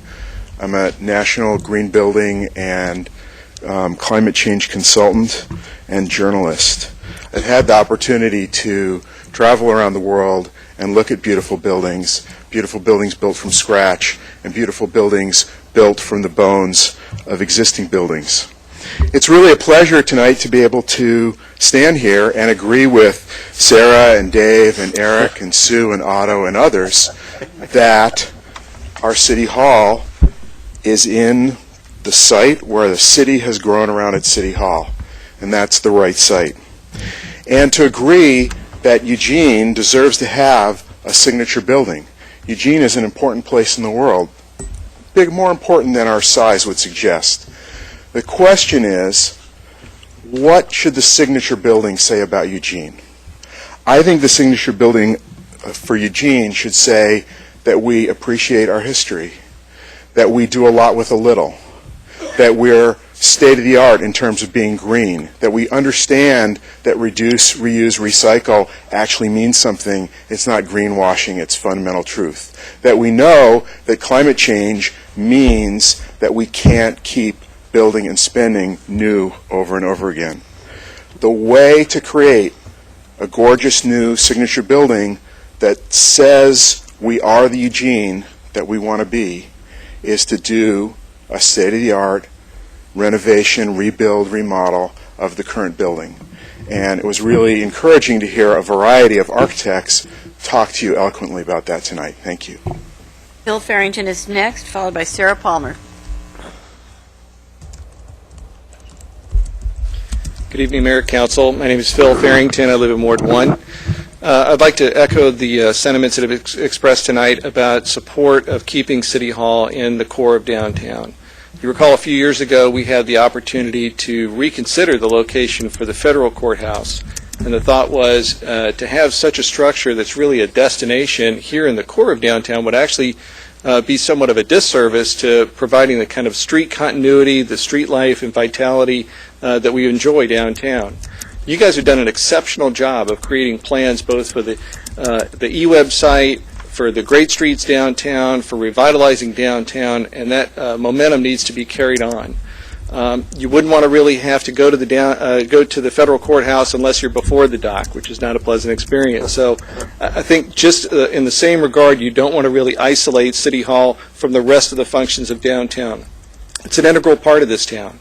And I think all the staff that you have that populate all the offices downtown are an integral part of the foot paths and the foot traffic that we have in the community, supporting all of our local businesses downtown. Please, I support you to keep this downtown. Thank you. Sarah Palmer is next, followed by, I can't read it, but it looks like Chief something. Good evening. My name is Sarah Palmer. I live in Mr. Pryor's district, and I have the great privilege of working downtown in one of Eugene's remaining historic buildings, the Shelton McMurphy Johnson House. I'm also currently the senior member of the city's Historic Review Board. And you will be unsurprised to hear, therefore, that I'm coming before you tonight to testify in favor of keeping City Hall downtown and reusing elements of the existing building.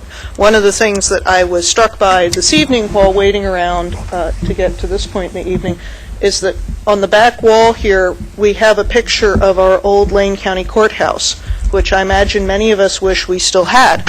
And there's another very sad, dingy picture of that out in the lobby.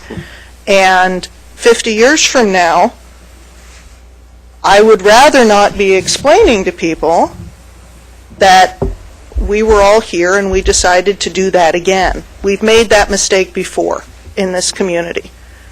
We ought to learn from it. We've knocked down an awful lot of what were really quite pleasant buildings downtown, and it is generally agreed that that was a mistake, and we are just now, after many years, finally getting to a point where downtown is again becoming a vital place to work and to live, and really the center of our community. It has taken a huge amount of work from a lot of people to get to the point we're at now. I think it would be a really big mistake for the city to make the statement, we are pulling out of the downtown core. We have invested millions of dollars in this project, but we don't believe in it anymore. We're going to bail. I think that's a mixed message you don't want to send. I think there is great potential for rehabilitation and reuse of elements of the existing building, and so that's what I'm going to urge you to do. Thank you. Last up is Chief someone. Okay, well, then I'm going to gavel out this hearing, and thank you all for your coming and speaking to us about City Hall options, and ask if there are any comments from council. Happy to bring so many people together. I don't see anybody. So, moving along, we're going to go to our consent calendar. Council President. I move to approve the items on the consent calendar. Second. Moved and seconded. Question, discussion? All right. All those in favor, please indicate. 1, 2, 3, 4, 5, 6, 7. No one in opposition. It passes. Thank you all very much. Now we are going to do item number 4, which is the public hearing and action on a resolution adopting a supplemental budget. And we have two people going to open that hearing. John. We have two people who want to speak on that. First up is Helen Liguri, followed by John Borowski. Helen. Okay. All right, John Borowski. For his annual trip. I got 3 minutes? Yes, you can have 3 minutes if you need. But 2's fine. Well, I wish. Good evening, Madam Mayor, Council, staff, City Manager. I'm here to comment on Supplemental Budget 1. I just want to bring a few things to your attention. This is a 42-page document with a proposed $2.8 million in one-time spending from the marginal beginning working capital. There's a few things in there that I think you should take note of and possibly discuss before taking action on this. One of them is the capital transfer. Historically, there's been a $900,000 transfer to capital for preservation and maintenance of the city's capital buildings, infrastructure, and stuff like that. It is actually policy B11 to use the first $900,000 of the marginal beginning working capital for that. It's been reduced to $400,000 in the budget that's put before you, and I think that needs to be asked why. There also was a motion at the Budget Committee that passed 14-1 to put $100,000 of the marginal beginning working capital towards parks and maintenance. That motion said after the $900,000 went to the capital, so in my feeling, possibly that $100,000 should go to capital rather than to the parks. This is something for council to decide at this point. Another thing that is in this that I think you should consider is there is a transfer of $275,000 that was mentioned earlier in the work session that you had earlier to promote economic development, and it's going to go to the Downtown Business Loan Program. While I'm all in favor of that, I think that taking unencumbered general fund money and transferring it to the Downtown Urban Renewal District, which is a very encumbered money source, is something that should be considered closely by the council. I think that money could be used for the same way without putting it into that fund. Not saying what is good or bad about that fund. I think it's done great work, but I also think that economic development should be happening throughout the city and not just in the downtown. There are areas in Bethel. There are mixed-use nodes that are going to need economic development and help. If we put this money into the URA, it's stuck there and cannot come back out. So those are some things that I think you should at least talk about before passing this budget and the $2.8 million of changes. Thank you. So I'm going to close the hearing, and you want to ask a question? Yes, please. All right. Concerning what John just said, if the money transfers to the Urban Renewal District, I think that the loan programs have been very useful. But I kind of agree with his point. Is why will it just be for downtown? There are other areas of the town that could use programs like that. So if it goes to the Downtown Urban Renewal District, since it's not coming from it's not like coming from the tax base, it could be withdrawn, couldn't it? Later, at a later date, if we wanted to. I don't expect everyone to study this tonight and come to a decision in 5 minutes and change everything, but I'm just wondering, could we do that later if in fact we wanted to create a fund that was town-wide instead of just for the downtown urban renewal district. And I'll ask either Mike Sullivan or Sue to address that. Glenn? Or Glenn.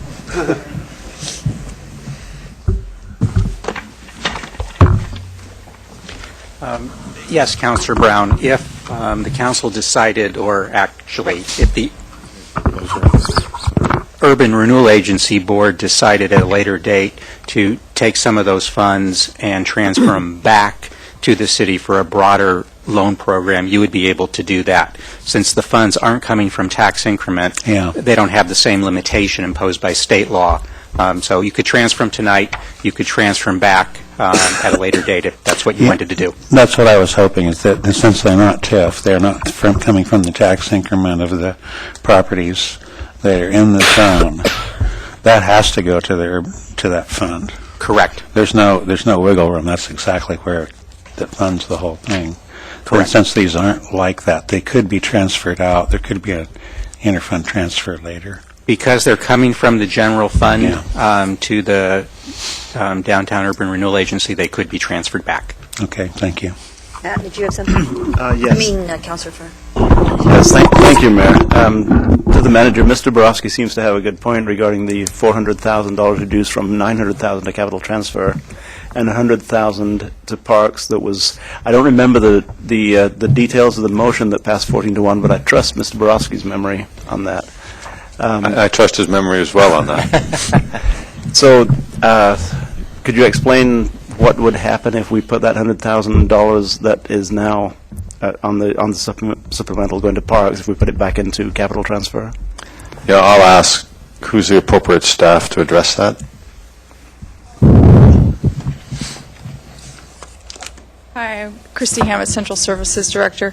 So with respect to the capital investment, as you know, we've been... You have to really work at getting your speaking into it, Christy. Okay. We've been disinvesting, I would say, in City Hall for quite some time. And so one of the things that we're doing is actually taking that money, and it's still obviously going to be used for capital, but we're putting it in the reserve fund that we have specifically dedicated for the replacement of that asset or to do the work that needs to be done. With respect to the $100,000, can you repeat your question on that? There's $100,000 in the supplemental that is going to parks. I believe maybe parks maintenance. I think his point was that The 100,000 was, the motion was that the 100,000 would go after 900,000 was allocated to. There was something Since left we didn't over. allocate Since we didn't allocate 900,000. Right. So, I mean, in I guess I would say in the same respect, we are dedicating $900,000 to the capital transfer, but then we're reassigning those dollars specifically for the purpose of City Hall. Let me see if I'm clear on that. So there really is $900,000, but 500 of it is kind of funneled off into a little different of an alleyway there. Correct. It's being put into the facility reserve fund, which is for the capital replacement of that asset. Okay. So in effect, it is into capital transfer, but just under a different designation. Exactly. Is that an accurate assessment? Yes. Okay. Okay. I think we're fine with that. Want to put the motion on the table? Yes. I move to adopt a supplemental budget making appropriations for the City of Eugene for the fiscal year beginning July 1st, 2012 and ending June 30th, 2013. Second. Moved and seconded. All those in favor, please indicate. 1, 2, 3, 4, 5, 6, 7. In opposition, there is none. It passes. I'm going to adjourn the meeting of the Eugene City Council, convene a meeting of the Eugene Urban Renewal Agency.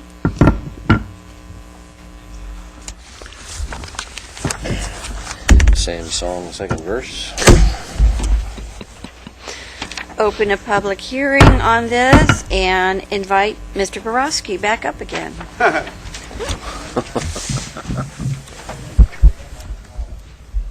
Too late. Madam Mayor, City Council, just to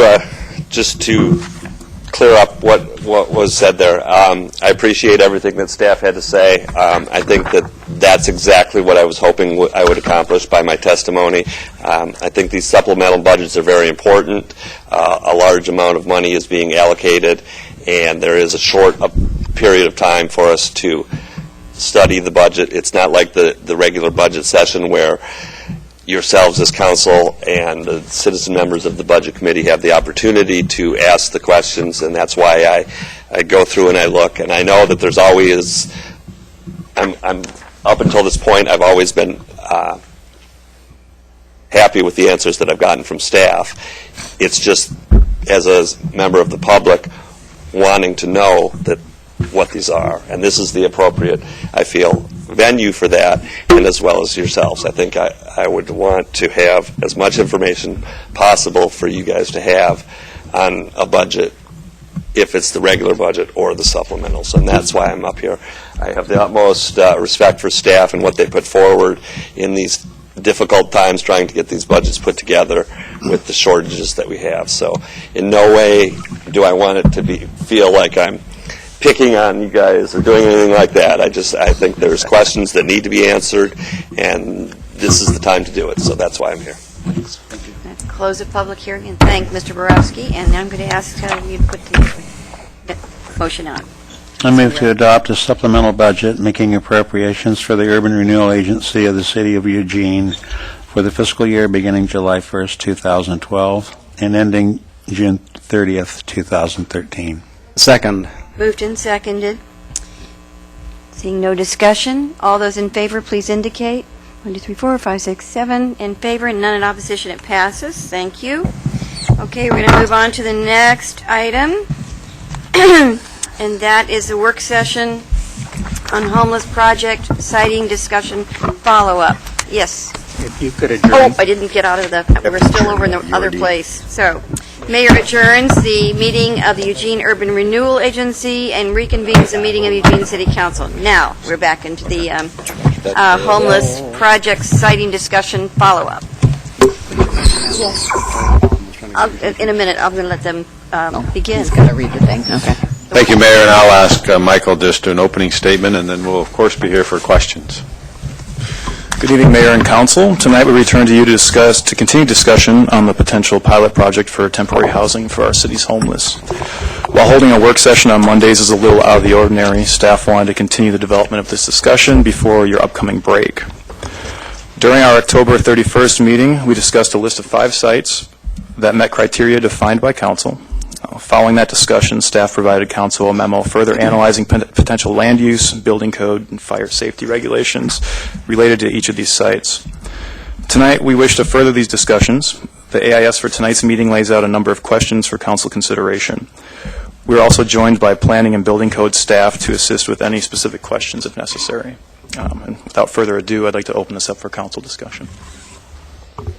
So I think Councilor Zelenka would like to make a motion. Yeah, just a little statement beforehand. I didn't want to wait a whole another month before we before we took action on selecting a site. So I've been working with staff to craft this motion over the last several days.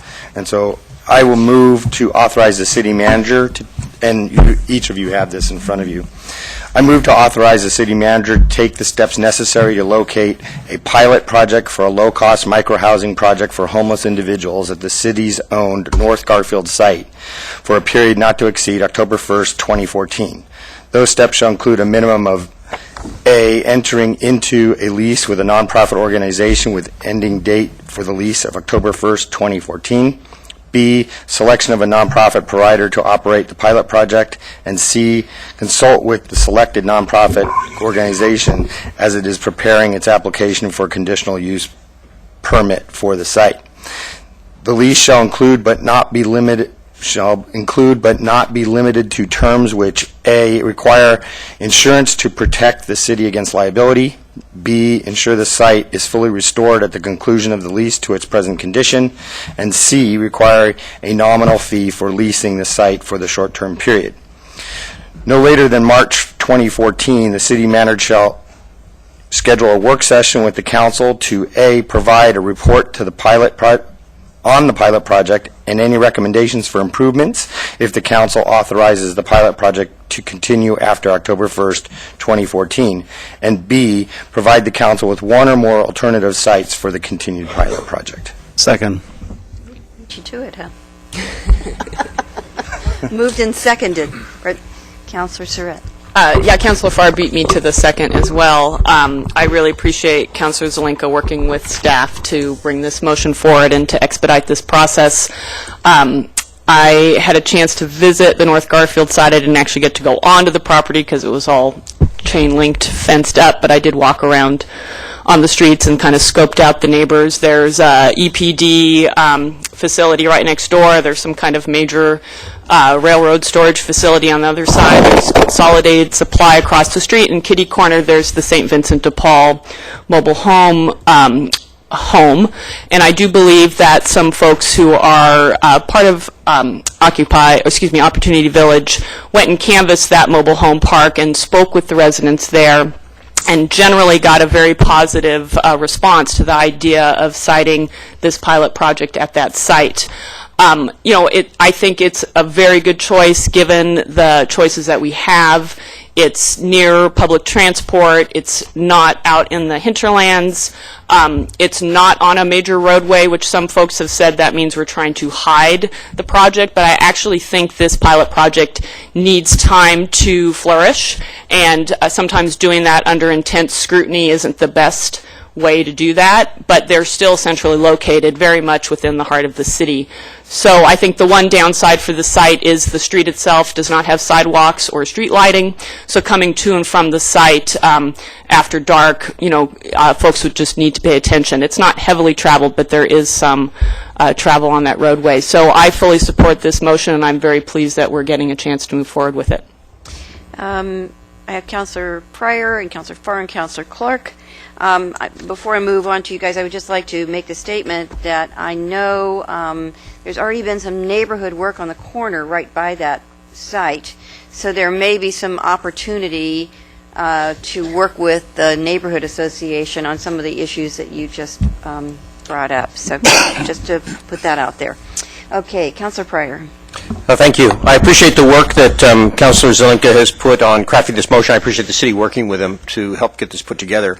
I like the idea of going forward with a low-cost micro-housing project because I think that establishes that we're not talking about a replication of Washington Jefferson tent camping. That's really not safe and secure in the sense that we've heard from St. Vincent de Paul and others. If we're linked to the notion of lockable doors, something like what we see across the street, I think there could be some real opportunities here. So I'm supportive of moving forward. I like the idea of being able to make this decision before we go on break.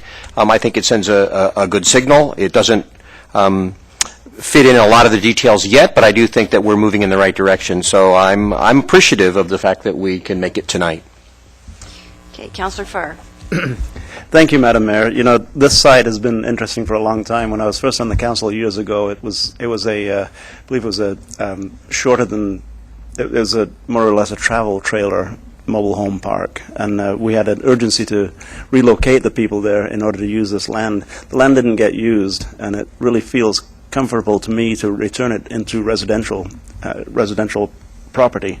The site, I've walked the site, and it's free from mud, it's free from bad drainage issues, and it really is ideal. Ideal is not the right word, but it's as good a site as we have within the community to locate the project that we're talking about. So I'm pretty excited. Sarah, thank you very much I came to you personally and asked you to help with this, and I trust that at least behind the scenes you did, because you winked at me a few times. I think that's a good thing. So. Winking at Councilor Farr. I think I twitched. Twitching, winking. Thank you, and thanks for bringing this up, Alan. Thank you for working on a very well-crafted motion. Councilor Clark. Thank you, Mayor. I'm in favor of us doing a number of things, as I've said all along, to further the process of what the city can do to be helpful on the issue of homelessness. I am also in favor of what I saw across the street and finding ways to change ordinance such that those can be used appropriately. I'm also in favor of us expanding the camping ordinance in a number of ways. I won't go through them all here, but I won't be supporting the motion tonight because, in my mind, it's still something that we haven't had as thorough a discussion of creating what I would consider a camp as we should. So I'm not comfortable supporting this at this time. Councilor Brown. Thanks, Mayor. Yeah, I will definitely support the motion. I'm hoping in the second paragraph it says no later than March 2014. I certainly hope that we can move faster than that. And I'm just curious, what is the condition of That's for a report. That's for a report. Oh, the report, 2014. Never mind. Roseanne. Sorry. Right, so there's no follow-up scheduled because there's a lot of work to do between now and then. Okay. What is the condition of the hookups for the utilities? Has that been examined? I know that, they've been cut off and probably... Yeah, I don't have any information related to the existing hookups. Well, hopefully it wouldn't be too expensive to get them hooked up. And I also really think that those Conestoga things might be a way to furnish the thing, because they told me that it was $200 is what they actually spent in cash. So you get a few of those, and it's not a very big investment. So I will be supporting the motion. Thanks. Okay, I'm very pleased. Yes, I'll go ahead and then I'll finish. Two clarifying points. My intent was to have, in the first paragraph, all those nonprofits were to be the same nonprofit. So I just wanted to make that clear if it wasn't. And that also the time frame for that Councilor Brown was talking about, just want to be clear about that. This site in particular requires a conditional use permit for it to move into being the site for a homeless low-cost micro housing project, and that process necessarily takes about 4 to 6 months, having gone through a couple of them. So it's a process that's designed to take that long. It's not something that happens overnight. It's both a protection and a hindrance, depending on where you sit. But I just wanted people to be aware about how fast that's going to move and what kind of effort it takes to do that. I don't believe that the selection of the nonprofit will take longer than that. It can happen simultaneously, so that's the maximum amount of time I think that this whole process should take. I just appreciate that we're getting this in motion, hopefully, it seems like tonight. And I know it won't, as Councilor Zelenka said, it won't happen as fast as some people would like it, but I think you always have to put on the hat of, if this was a project you didn't like, then you would want to know that it honored the public process that you all depend on as a city. So we have to go through that because people need to have the opportunity for their voices to be heard. With that, we're going to vote on the motion. All those in favor, please indicate. 1, 2, 3, 4, 5, 6. In opposition, 1. Okay. It passes. Thank you. Please. Want to put the other one out? Which? No, you were going to make the Conestoga thing? Does that need to be a motion? Yeah. Or, yes. Or we need to, the staff I'll make needs to it. know that there's enough support for it, George. That's what. Oh, well, I was just going to suggest to staff that seriously can take, do an analysis on using the Conestoga wagons for structures. And maybe there's other things that you're aware of that you might be looking at, but I don't know that it has to be a motion. Well, I think we wanted it. The way it works on council is it can't just be one person thinks this is a good idea. You have to show some intentionality by the whole council. So we've had a Conestoga out here and an idea for that kind of thing to be looked at to see whether we can use it on part of our car camping program. And this is just an investigatory thing, but we just want to have you check it out and get it going. At least I do, and I'm trying to get a sense of the council. Councilor Clark. Thank you, Mayor. I want to know if it meets the definition, and I believe what I saw was that it meets the definition of tent, so if we can just address the definition, then it can be used. I can answer that question for you now, if you'd like. Okay. Would you? It's a question of legislative intent. What did the council mean when the council adopted the amendment that said you could use a tent where a vehicle... Would a motion be helpful in this case? It would not, but I have, and in my opinion, your intent was not to authorize something that had a solid door, that had a wooden platform. When you were talking about tents, that I do not believe that that's what you had in mind. However, What you can do, if you all unanimously agree tonight, is to give direction, and we could bring you back an ordinance on Wednesday that you could then hold a public hearing on and vote on that would authorize these huts on the car camping sites. But in order to do that under the charter, since we're not given the normal public notice for a hearing, you have to unanimously agree tonight to move that forward to Wednesday. On Wednesday, it would require 6 of you to vote in the affirmative if you want it to take effect immediately. It wouldn't require unanimity on Wednesday. Okay. Anybody object? No. There's no objection, so... So then, let me pose 2 questions. Is there any objection to proceeding on shortened notice with respect to bringing this forward on Wednesday for a public hearing? So is there any objection to that? No. And is there any objection to the council acting basically at a single meeting, because you would be hearing this for the first time and acting on Wednesday? No. In that case, we will have for you tomorrow, we'll email out a draft of the ordinance, and then you'd be able to act on Wednesday. Great. All right. All right, with that, I believe we finished the business of the evening. Thank you.